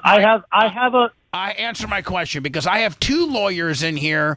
Some lawyers are total morons. Okay, and you know what? You have that opinion, and so that opinion is protected. That opinion is protected. Yeah, just you don't know that. You're not my client. You have no idea. You have no. That's actually you just called slanderous. I said it's actually slanderous. No, it's his opinion. It's his opinion. Protected opinion. You don't need to say my opinion before you say it. You know what? I think you suck as a caller. And as a human being, exactly. but regardless. And that's so fair. hold on. That's fair. And you know what? As a business owner, I'm allowed to say you suck as a customer. Now you're being suck as a customer. Now you're defying your own logic. Now you're being hypocritical, and you're you're eating your own amendment. I'm allowed to say anything I want about anybody. And so can the guy that doesn't like your business as much as you say he sucks. You can say you suck. They have not used my business. They should not be saying anything about my business. I hope you have a very primitive business that doesn't take a lot of intellect, because you are stupid. You are absolutely. I'm friends with Roger Stone personally, and I'm not stupid. Okay, well, ask Roger that same scenario. That a person left a bad review for your business, and you have the ability to quell their First Amendment. You can see my side of it. It's not that difficult to see. You don't have to be an attorney to see it, to be honest with you. Sir, may I make a solution here? First of all, the Supreme Court's never going to weigh in on this. What's going to happen is these third-party reviewers will have a responsibility to the people that they are servicing to maybe have an established identity if you're going to leave a review. I think as this no man's land, which we're in right now, because reviews were irrelevant prior to Amazon. Once people started shopping on Amazon and basing purchases on reviews became more important in people's lives. So a review 15, 20 years ago was irrelevant. Now it's very relevant because people really use that in the way they shop. So I think as reviews have become more relevant and more important, the companies, these third parties like Yelp, are going to have their own responsibility because of this gray area to validate those who are reviewing. But in the meantime, like Bubba and Jay and I have said, it's absolutely free speech. There's not much you can do. You can complain to the third party. They may or may not listen to you. But as long as you're not saying the kids touching the businesses, molesting children or ripping you off or stealing or doing something that's grossly unethical, that's slanderous or liable, then you pretty much can say what you want. And fair or not fair. Which sucks. Fair or not fair. What kind of business are you in? I'm not going to give you information where we're not going to dox you, dude. Hold on, sir. I don't want your name of your business or your address. I just want what type of. I don't want to be on the receiving end of your power, sir. I do not want your name of your business. What are you in the car business? Are you in the cleaning business? Are you in the? No, I don't need to say anything. Listen, all businesses are the same. Because do you know why, sir? Do you know why, sir? Because you are a coward. You're afraid. You come in here. You call me a name. No, I'm not a coward. I'm not a coward. I didn't call you anything. You called him a moron. You called him a moron. So that's your right to your opinion. My opinion is that you're the true moron. I didn't and say you're an insecure little small deed pussy. Okay? Goodbye. Thank you. No, I'm going to keep the guy on. Keep him on. Keep him on. I just don't. Wow, that's. So number one, I didn't say anything to you. You can go back and listen to it. I said some attorneys are morons. No, you called us morons. No, you called us morons. You said your two attorneys are morons. Some attorneys are morons. You said go listen to it. The two attorneys are morons. You know what, sir? It doesn't matter. It's your. You know what? You can say whatever you listen, want. It doesn't matter because you know I what? I can say whatever I want. Exactly. Exactly. Your statement of calling my attorney right now. Let me speak. Your statement of calling my attorneys morons is protected. You have the right to say that. I said some attorneys are morons. I didn't say your attorneys are morons. But you could very well say I agree Jay with that. and Dan Diaco are goddamn morons. They're morons. It's in your imagination. I never said that. It doesn't matter. We're agreeing with what you. Does that have to do with anything? We're agreeing with Attacking you. the person because Jesus you can't Christ. Dude, he doesn't know how to you don't know how to accept yes, dude. Listen real quickly and just calm down for a second. Bubba's agreeing with you. We're agreeing with you by you're saying, so defensive. By saying whether you said some attorneys, all attorneys, or your attorneys. Shut up! Let me talk. Let me talk. No attack. Let me talk. I'm not saying you attacked anyone. I'm saying you could have said your friend did, and then he said I had a little D. What the fuck is that? That means you have a little penis, sir, and that explains it all. Have a good day. Have a good goddamn day knowing you got a 2-inch penis. If you want a deep dive into the Bubba the Love Sponge show from the past, go to BubbaArmyHQ.com. We'll be back after these words.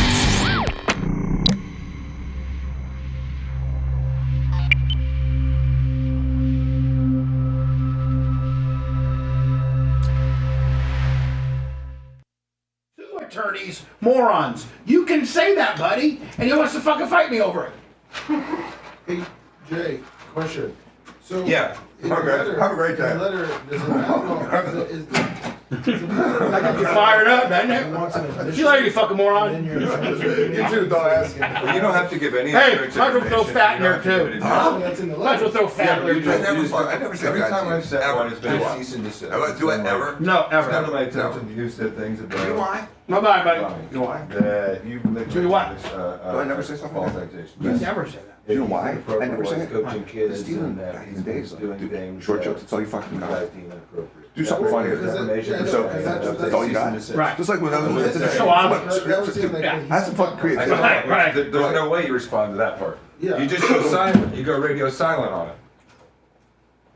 But Jay, how fucking unethical is that attorney? Well, I mean, honestly, to ask for those two things, he's just asking for them. I had an old lawyer tell me in one of the first depots who asked some questions that I said were crazy. His name was Ed Willie.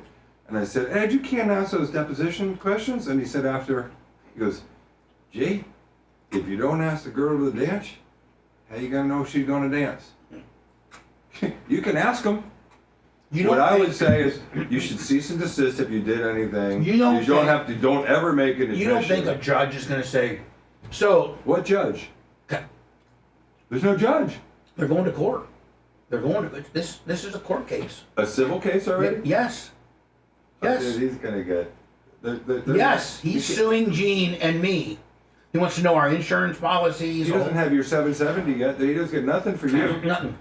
Gene was here in this course of the radio. And so anyway, this is a lawsuit, and so you're going to tell me that a judge is going to say, you reached out to everybody that left a review, including a guy that just left a 1-star review with no words, with this type of form letter threatening them. You did that?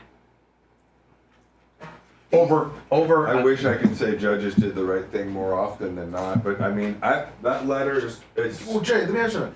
Is it matter that he went on Gene's page and told people to follow him and like his page? Like There's a lot of backward shenanigans that I don't think, and Right. I would never practice like. I mean, completely different. What I do, Bubba, is a cease and desist letter, and at the end of it, it says, "Please have your lawyer contact me." Or cease and desist. Any further statements will result in. Let me print those. And I would say will result in all the. I've seen it from David. Print a copy from me. Daniel Rosa sent me stuff. Yeah. But I mean, it's like. Print a copy for him and me. Okay. It's gonna take me a second. Let me pull it up.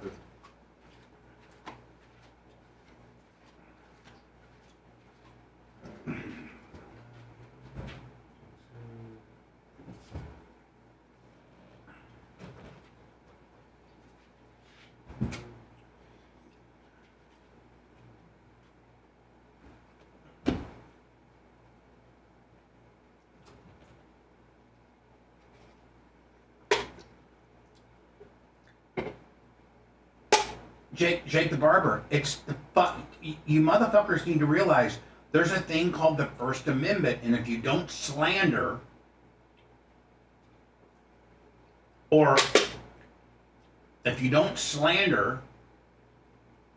somebody with malice, then they have no recourse. If you said this place sucks, this golf cart place sucks, it doesn't matter. It may hurt that guy's feelings. Look at half of you guys that think that I suck. You see, this guy's got the wrong motive. He thinks he's going to get paid, and he's not going to get paid. See, if the objective is to stop the madness, you can stop it with a very cleverly worded letter, but you're never going to get paid, ever. As we know, what were there 10 lawsuits in the whole state of Florida worth $100,000 or more ever? Remember that? Yeah, no, I think, and there was only every one of them I had wage loss, which was.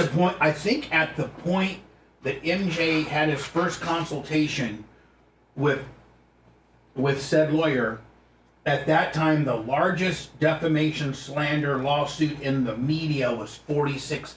The largest award at that point, because I was part of MJ's malpractice suit. Remember? Building profanity delay. Please stand by. Per FCC regulations, this program is on a 40-second delay.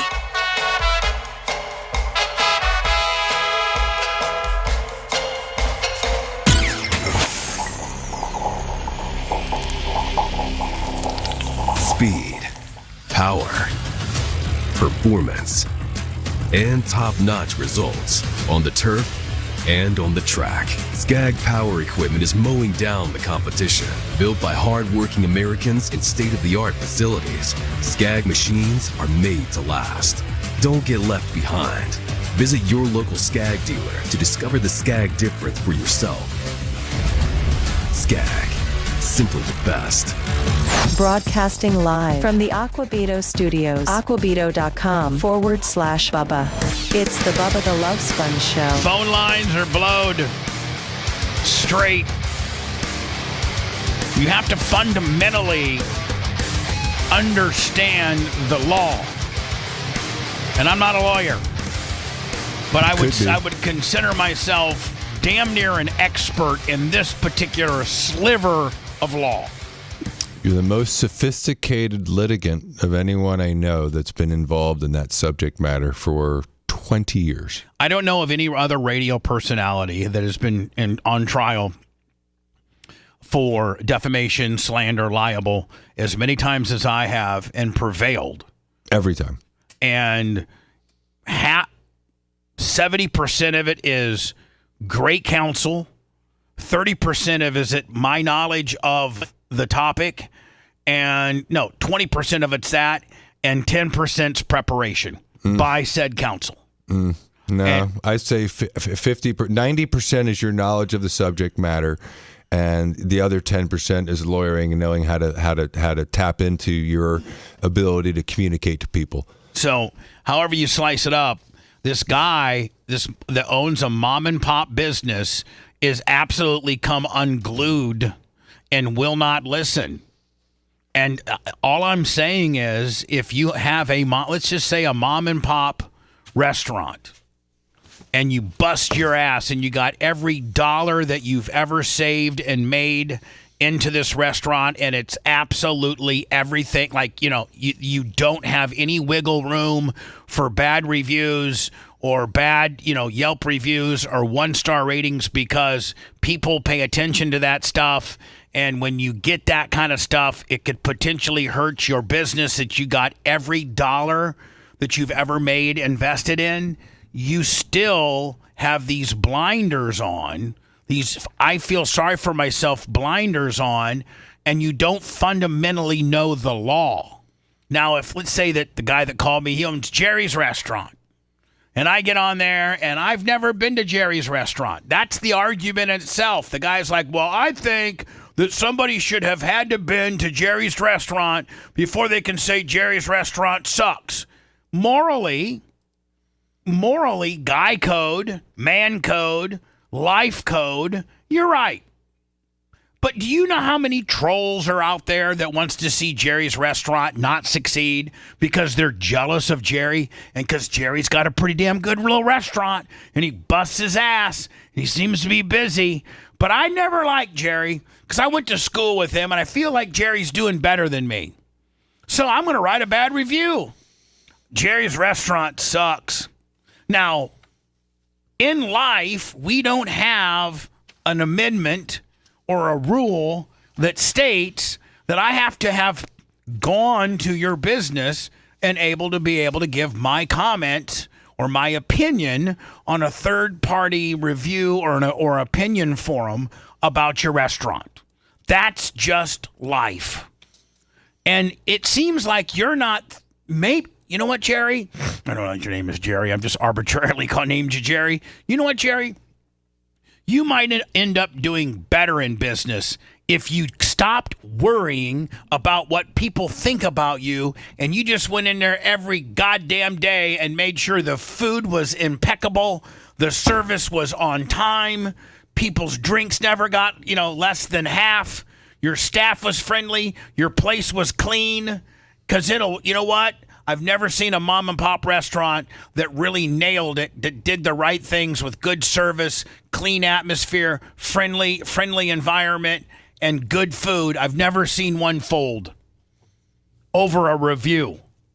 Most people would go down. I mean, Jay, if my opinion of Bouillon or Ferbici or Union is not going to be controlled by a bad review that I have seen. I'm going to curiously go check it out because I've heard so many good things about it, and then I'm going to go from there. You're able to give your chicken food reviews. You're able to give anything. Remember, there was a part of our closing argument the night before. This kid Chandler Irving was there, and he's like, "What about food reviews?" And it just stuck in my mind. In the middle of closing argument, I said, food reviews, movie reviews, aren't they protected? Aren't they entitled to have an opinion? Of course they are. They don't have to say that I don't like hot food. You think Siskel and Ebert got back in the day? Remember they'd do the movies reviews, 100%. And I mean, and you wouldn't believe, man, like the Hollywood industry would put a ton of credence in what Siskel and Ebert, and they'd be like 2 thumbs up or 1 thumb. So there was a lot of movies they said sucked. What are they doing to Rotten Tomatoes? Nothing. And you know what? No Hollywood studio, no Hollywood actor, no Hollywood actress ever, they may have attempted, but successfully sued Siskel and Ebert on their review of a movie. Jay, art reviews. Does it matter that the owner of this business went on Gene's page to everyone leaving comments and said, "Come onto my page, like and follow it"? Isn't that him welcoming people to now make their own? It's an invitation. Okay, so hold on. You go to Gene's page for people that like Gene, and you're inviting them to your page when you've done Gene dirty. Aren't you inviting them? Aren't you just asking for it? You're trolling Gene's people. Hello, who's this? And not only that, hold on one second, sir. Not only that, Jay, but your attorney now is trolling critics. I've never seen an attorney lay their neck out like that. Hello, who's this? It's Chris. Can you hear me? Yes, I can, Chris. Hey, good morning, Bubba. Hey, I won't be as entertaining as the 2-inch penis guy, but I got a question for the Diacos, if I may be allowed. Absolutely, Jay. The lawyer is here. Go ahead. Yeah, I got a question for both. I got an autistic son. He's 23 years old, and this new Luca Voron thing's come out. And I mean, it's been out before, but I just was wondering what Dr. Dan's opinion of Luca Voron as a treatment, and what is it actually used for? And then did they open the door for lawsuits against Tylenol by saying that Tylenol was part of the cause of this during pregnancies? Jay might be able to answer that. I don't know if he can answer the treatment part of it, but Jay, go ahead. I'm looking up what Leucoforum is right now. I don't know exactly what it is, to be honest. What is with it, you. sir? Luca Voron is I guess the president came on TV like a couple weeks ago saying that they have this new wonder cure for that's going to help people that have autism. And I mean, it's been around before. We looked at it. I know they use it in cancer treatment. I know that, but I'm just curious. It's Leucovorin. It's also known as a folinic acid, a form of folinate vitamin B9, used primarily to counteract the toxin effects of certain chemotherapy drugs, now being explored for its potential benefits in treating cerebral folate deficiency or autism-related symptoms. So there it is. It's a new medication being used for autism-like syndromes. And a lot of the things that have been said by RFK and by Trump need to be taken with a grain of salt. Trump didn't say, stop taking Tylenol. Trump said, consult with your doctor and see whether or not it's appropriate to take Tylenol, because Tylenol is a pain medication. Maybe there's a way for you to get the pain without taking the medication. If you look at Tylenol's own product insert from a few years ago, it says, warning, pregnant women should not take it. But just because Orange Man said, oh, don't take it, pregnant women, people are like, oh, he's not a doctor. He's surrounded himself by the smartest people. And what he's trying to do is find there's multi-factors in why our children are suffering from autistic spectrum disorder. And it is food that we eat. It's medicine that we inject.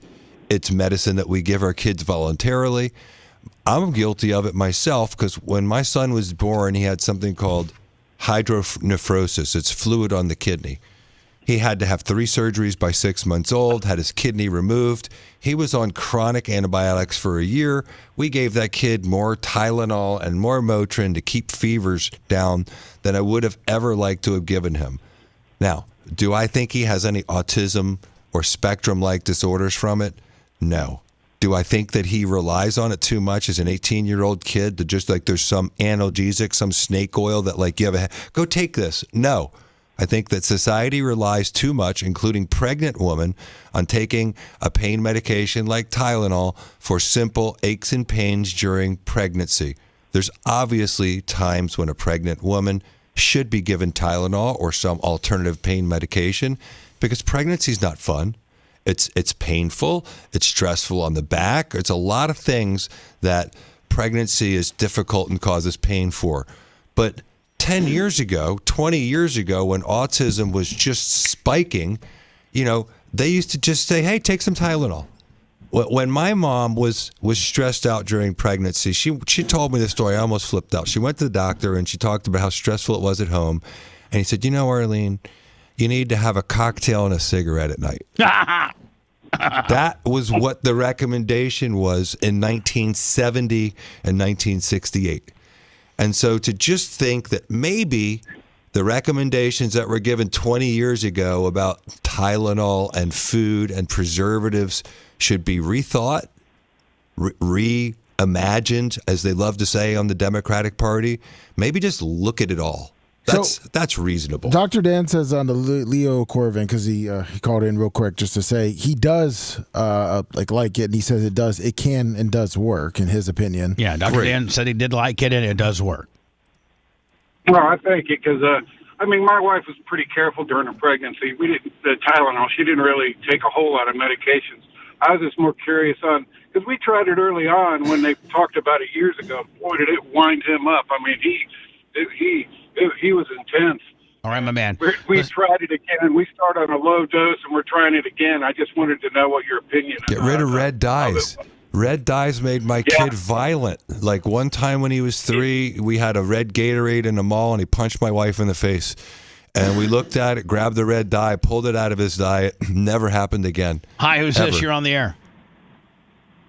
Hey, how you doing, guys? Quickly, we're so far behind. Yeah. Yes, you're the last. All right. Maybe two, maybe you and another one, and then Jay, I want you to be able to read this. This is very disturbing. This law, these 1, 2, 3, these 4 pages that you have. Lummy, did you give a copy to him? Yes. Oh, I'm looking at it. Oh my God! It's not as This is Ambulance Chaser 101. Yeah, but people respond to it. There's nothing inappropriate about it. It's just there's nothing inappropriate as a lawyer to go and find a guy's post and then ask for his insurance policy number. Not really. Go ahead, sir, quickly. Yeah, this argument is ridiculous, in my opinion. Let's just say my neighbor hired a tree crew and their tree fell on their home. I can't have an opinion about it and post it on the internet. You absolutely can.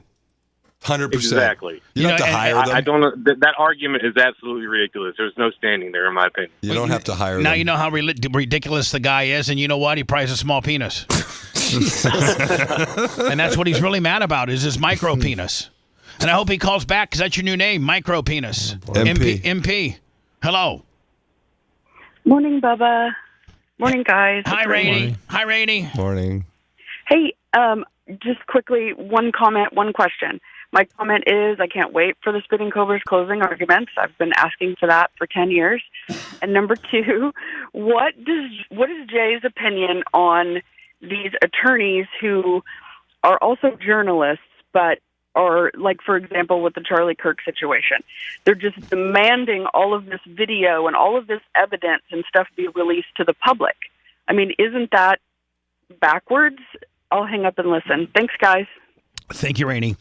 Well, I think that an attorney who is also a journalist, Megyn Kelly, there's a lot of them, Greg Jared, they may know how to utilize the legal system to do FOIA requests, Freedom of Information Act requests. And if you utilize your strength and your knowledge as a lawyer to get information which otherwise is hard to get because you've got a bar number and you're certified and you can write these things yourself, you don't have to hire a lawyer. But any journalist that's worth their weight in salt should know that if there's a FOIA request or a public records request, that like in Florida, everything, we have sunshine state laws. Everything should be public. So I don't really have a problem in principle with a lawyer who's also a journalist. I think that sometimes the best journalists right now happen to be lawyers because in law school, whether you choose to be a lawyer or not, it teaches you a way of analytical thinking of the pros and cons of both sides, the weaknesses of the side against you, how to overcome those weaknesses, the weaknesses in your case. It just gives you a different way of approaching things. And so sometimes I think that former attorneys are some of the best lawyers that you can see. A lot of them are on the news. I don't particularly like Rachel Maddow. I believe she's a lawyer. I believe Shannon Breen from Fox News is a lawyer. I believe Greg Jarrett. I believe that Megyn Kelly. I don't think that Tucker is. But there's a lot of former lawyers out there. Will Cain. There's a lot of them that just know how to use that analytical thinking to apply to being a journalist, which should require thinking both sides through. That's the problem with journalism today. No one actually wants to get to the question and find the answer. When we return, Trump is redoing the East Ballroom? Yeah, the East Wing. Yeah, and a lot of people are pissed. But what most people don't realize is he's going to be out of office before it's complete. Well, he says he wants it done before it's completed, but he's doing it out of his own money. He's not taking federal money. Oh, he's paying for it himself? Yeah. He got fundraisers Donations. and donations in his own money. Fantastic. Jay, you don't have a problem with this letter? I think it's overreaching in what he asked for. When a guy like Felix, our good guy Felix, this lawyer quotes what he said on the Facebook and goes on and tells him that he's a stalker and that he's harassing and that he wants to know his insurance information. You have the ability as an attorney to ask for somebody's homeowners and or renters insurance liability and their policy number based on me giving a comment on a person's Facebook page? Not even a defamatory, slanderous, or liable comment. Just a comment. That gives you legal standing as an attorney for you to ask for my insurance information? For sure. For real? Yep. You're listening to the Bubba the Love Sponge Show. If you want 24/7 on-demand Bubba and the crew, go to BubbaArmyHQ.com. The Bubba the Love Sponge Show will be back after this.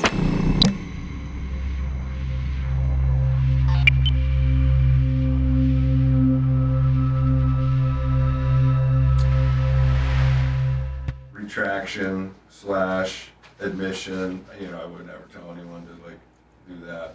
The cease and desist is easy. He gave the specific statement the guy said. I know. That's what most people. So that means I was waiting for that. That means this guy went through every comment, wrote down everybody's information, had to do a fucking find out where they had to dox them, find out where they live.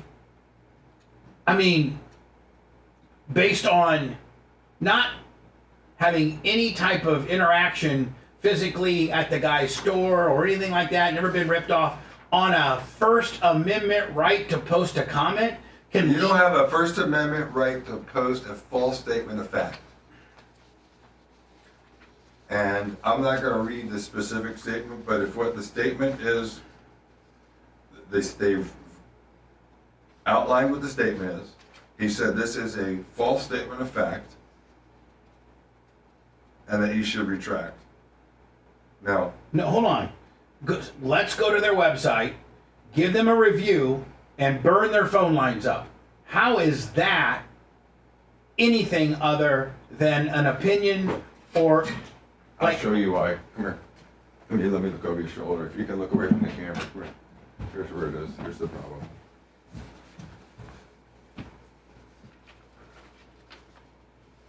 What page is that? Page 3. Look what he says. I don't know if I got the same one. There's like a few of them. Go to 3. Go to 3. No, it's backwards. It has 3s right here.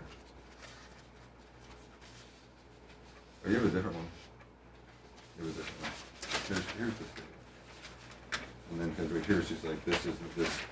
You said this didn't happen. And that's like, okay, because that's all what I ever look for. I'm like, whenever I look at a defamation letter, I'm always looking for, give me the fucking statement. Tell me why it's not factually true. If you do that, you should be okay.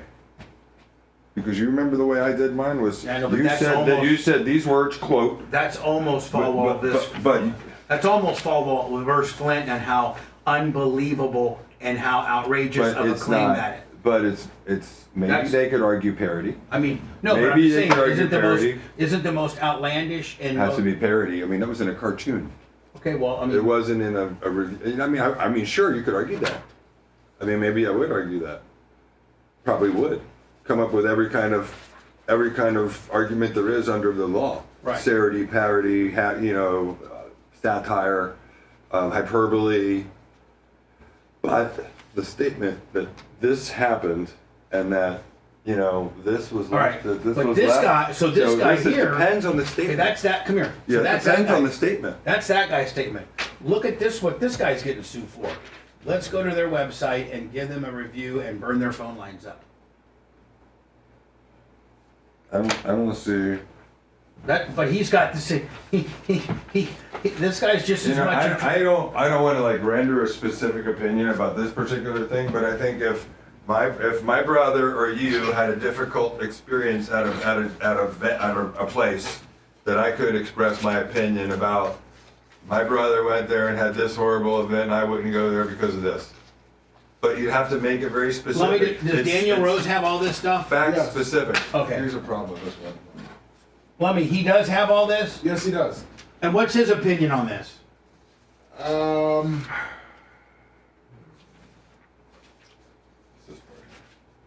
His opinion, he doesn't really have one that's arable. Yeah, it says, you said this.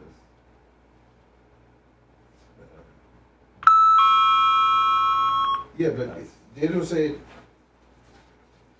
I'm not If saying you admit it's the true. wrongdoing in writing, he's No, going would to file never. your claim. Of course, I would Yeah. never do that.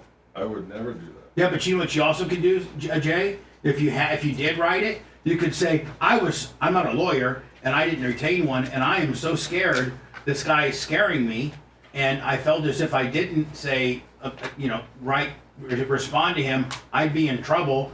And so now you're getting into a lawyer bullying situation, and so I wrote, I was sorry because I didn't know otherwise.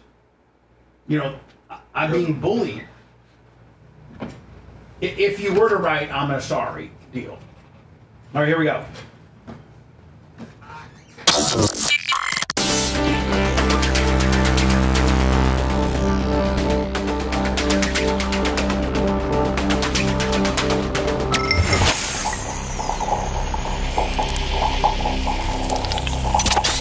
Broadcasting live from the Aquabedo studios. Aquabedo.com/Bubba.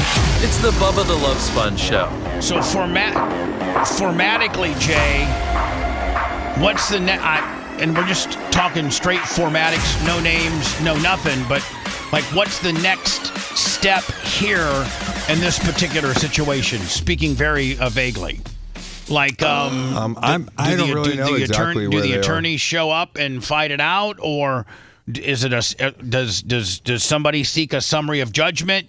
There's no court case. There's a hearing, temporary restraining order against, I think, Gene. Right. And so that has nothing to do with these defamation Now, letters.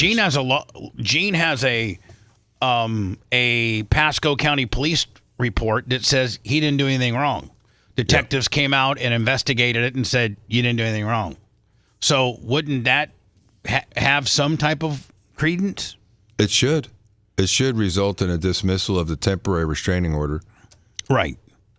I guess civilly you can sue anybody over a ham sandwich at that point, right? Well, defamation's a little bit different.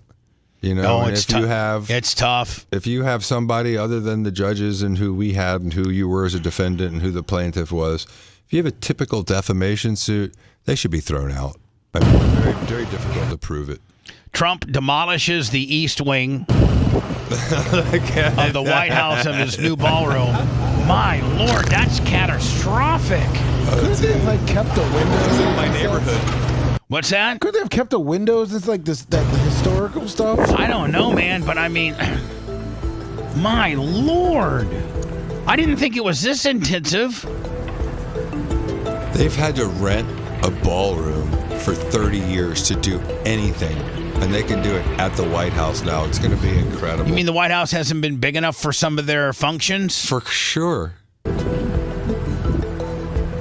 They have to do it outside in the grass in a tent that had like a fake floor.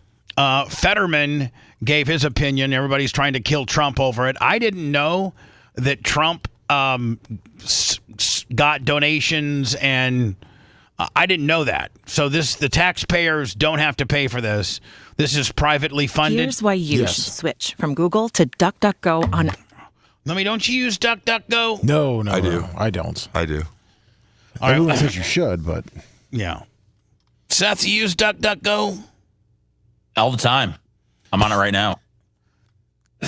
My God, how long is this pre-roll No, going to be? DuckDuckGo. Jesus, DuckDuckGo. Are we? Is it a website builder? Are they really? See, by downloading DuckDuckGo it's like a on Google. Instead of Google, it's DuckDuckGo, and they don't let any of the people follow you. Yeah, like Seth, like they don't. You won't be like if you Google Dick Butkus autographed jerseys for the next 6 months, you're going to be getting bear related and or Dick Butkus related ads just to kill.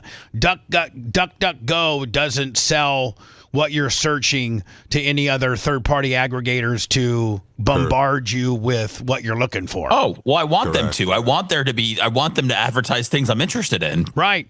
For a better opportunity to buy it because you're looking forward to begin with it. Keep slinging my info.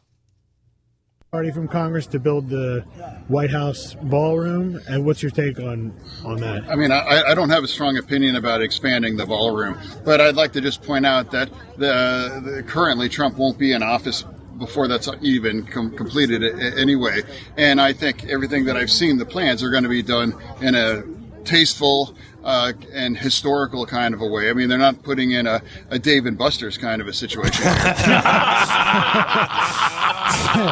Dude, he's coming around. I'm gonna be honest with you, man. I like this dude, and that's and you know what? His black Dickies shirt is really dressy for him. He just needs a Bubba Army chevron on the sleeve. I love this dude. The Democratic, Fetterman from Pennsylvania. Yep.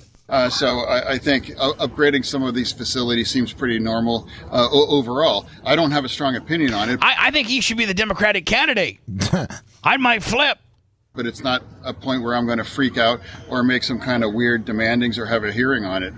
If he self-funds it and gets some donations from the private sector, would you be okay with that? I think if it saves the American taxpayers much more too, I think that's fine. But regardless, it's an investment on the White House. That's right. And that's probably won't even be close to finished by the time he even leaves the office. Look, it's not surprising to anyone that Democrats are attacking. By the way, if you're looking at this, the White House, I'm sorry, the Capitol building has a tunnel that the senators and the Congress people can go and utilize this tunnel, and I think it's even attached to the White House, where like if the president has to go to the Capitol building, there's this. This is what Lummy. This is one of the tunnels. Yes. In the Capitol building.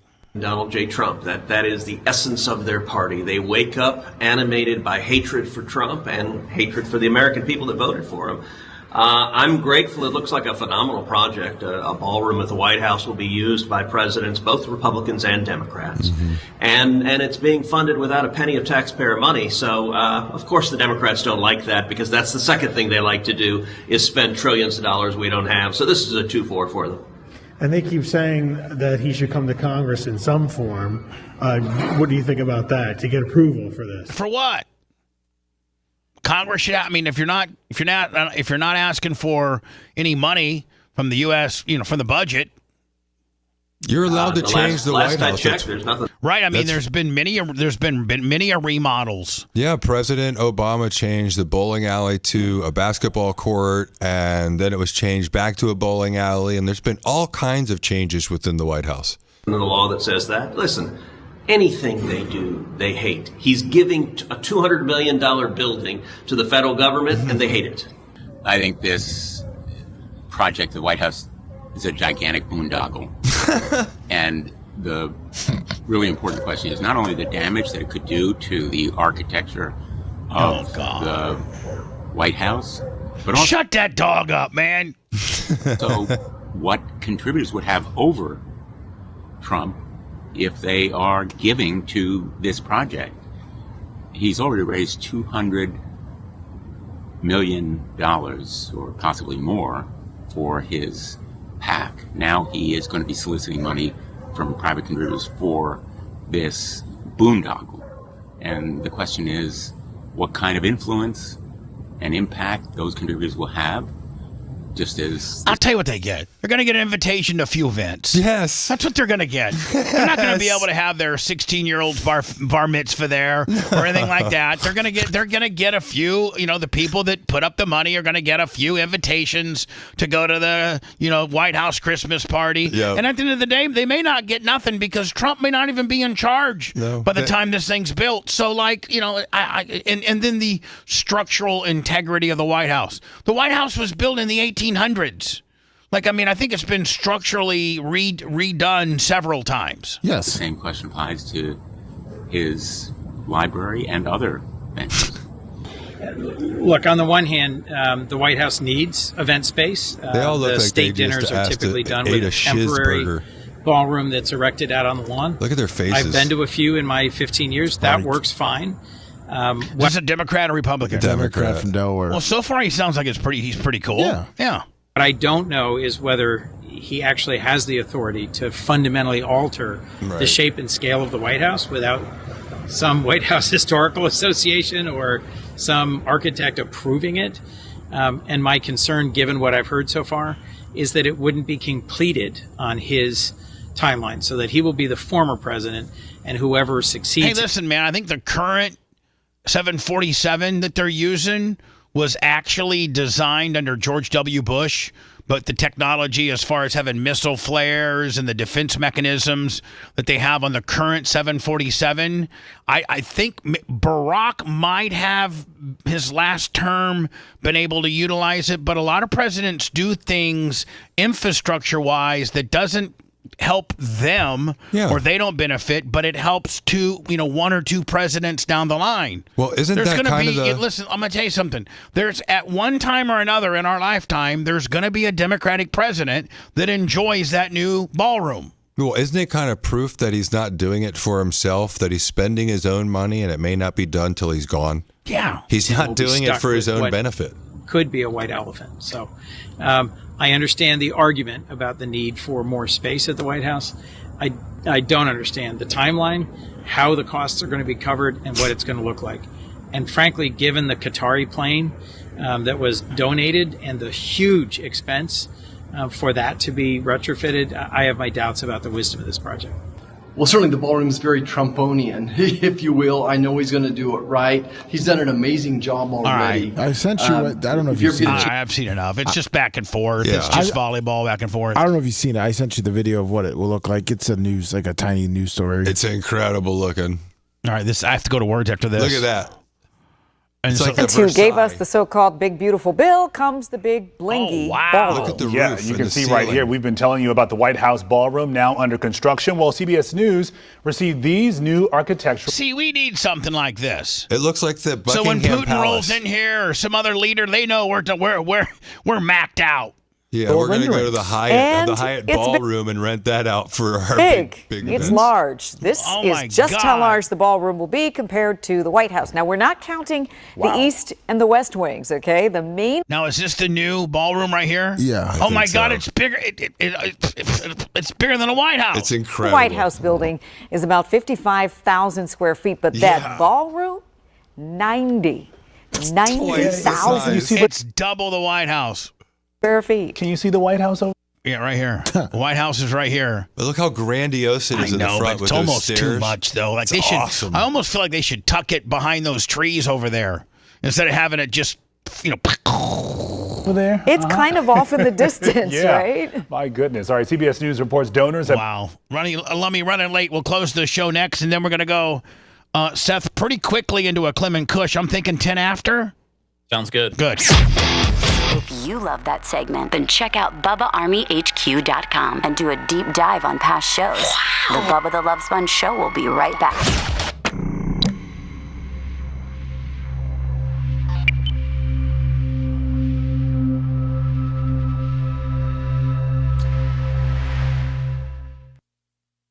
Is he going to get funding from Congress.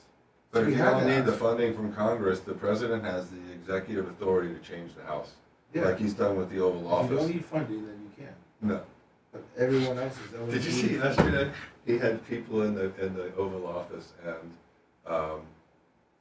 one of the cameras hit a mirror, and he's like, he looks to the prime minister or whoever it was. He's like, "Can you believe that? It's a 400-year-old mirror. I just got that mirror from the archives. A 400-year-old mirror." And they come in here and they put the camera and they almost break it. He looks over at Marco. Marco looks at it like, 400-year-old mirror. It's unbelievable. Jeez. He can do whatever he wants with regard to the White House. Yeah. I think they each, when they come in, have a little bit of a For sure.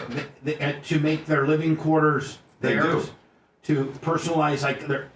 I want to say it's a half. I'll find it right now. It's quite a bit of money, like to bring their own bed and couches and just. Bubba, can I thank this guy while we're leaving for the gift for Walker's birthday? Yeah. All right. And then should we do? Is it Robert for the catch up? Canadian, yeah, Rob. Yeah, Canadian Rob. I'll make sure I thank him too.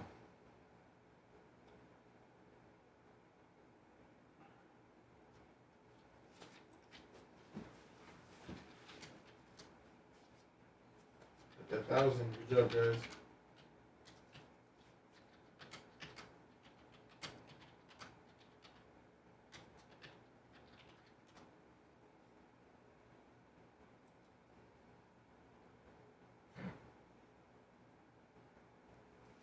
Oh, Bubba, you asked what Dana Rose's comment was. He said, the comment to you is, truth always prevails. So, that's his comment, Jay. That's good. I like that.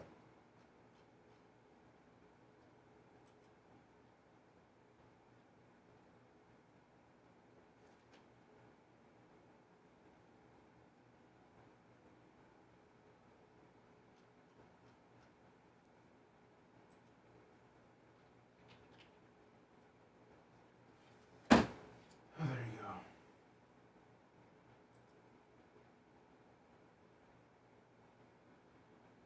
See you later, Greg D.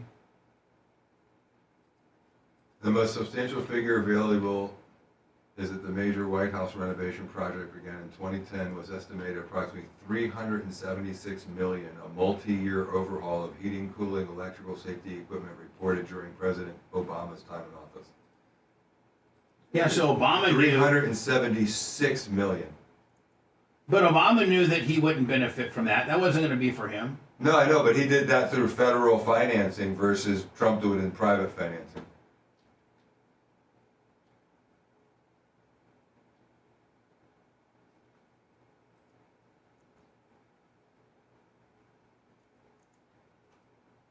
Truman spent $5.7 million. Yeah, I was on that when I completely done Yeah. with it. Truman was the last one that really made major structural changes. Yeah. He gutted the whole fucking inside because it was getting dilapidated from when it was originally built, and Yeah. put I-beams and. And looks like Obama takes some credit for heating, cooling, electrical fire alarms. I mean, he didn't do a lot of aesthetic redecorations or private residence. Oh, he did upgrades. infrastructure. He did infrastructure shit, which is needed to be done. Yeah, I mean, like I said, Truman's renovations. He had to live. Truman had the biggest. Yeah, he had to live. He couldn't live there for 3 years. Yeah, Truman couldn't live there for 3 years. That's nuts. So the Blair House is Vice President's house, right? That's where J.D. Vance lives, right? Is it? I think it is. I thought it was the Blair House. Hold on. I thought it was named something else. I mean, it might be. Because I think someone just stayed there. I think Zelensky stayed there. Yeah, that's right. The Naval Observatory is where the Vice President lives. #1 Observatory Circle. There it is. President Truman lived in the original Blair House from late 1940 to 52 during the White House reconstruction. Love me, dude. Love me. Well, like Bubba, You're all over. Both of you guys. We like the History Channel. Bubba never surprises me. But you really are.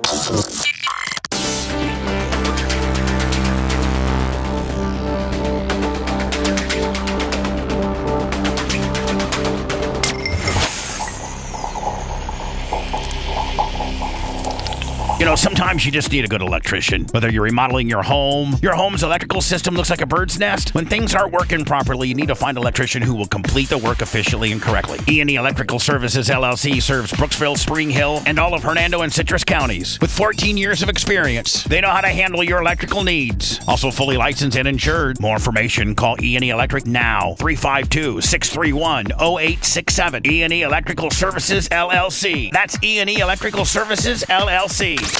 Broadcasting live from the Aquabito Studios, aquabito.com/Bubba. It's the Bubba the Love Sponge Show. Pretty much out of here. I'm going to walk Jay to his car. Then I'm going to take a pee, and then I'm going to go back on with Seth Kushner for a Clem Kush. We'll say that 15 after or so. Other than that, that's all I got.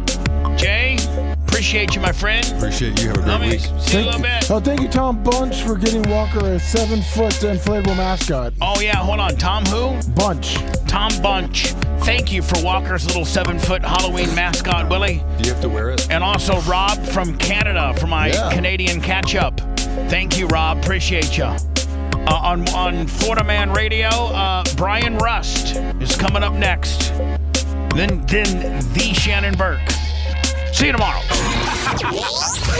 Thanks for letting me finish. You've been listening to the Bubba the Love Sponge Show, starring me, Bubba the Love Sponge, co-host and show historian, Lumet. It's Seth, co-host and president of podcasting. It's Brian Matroni, king of counter programming. Gene Lasker, voice of the people.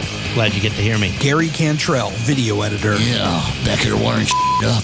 It's Mini Macho. The BRN agent, Thomas Buttoned Up B. Co-host, Dr. Dan Diaco, Esquire, of Council. Co-host, J. Diaco, Esquire, the Spitting Cobra of Council. Now, time for the legal disclaimer. Exactly. The Bubba the Love Sponge Show is intended solely for the enjoyment of our listening audience. Any rebroadcast, retransmission, or other use of this show without express written consent of the Bubba Radio Network is prohibited. We must dissuade him of this delusion. Until next time, always remember. I'll repent.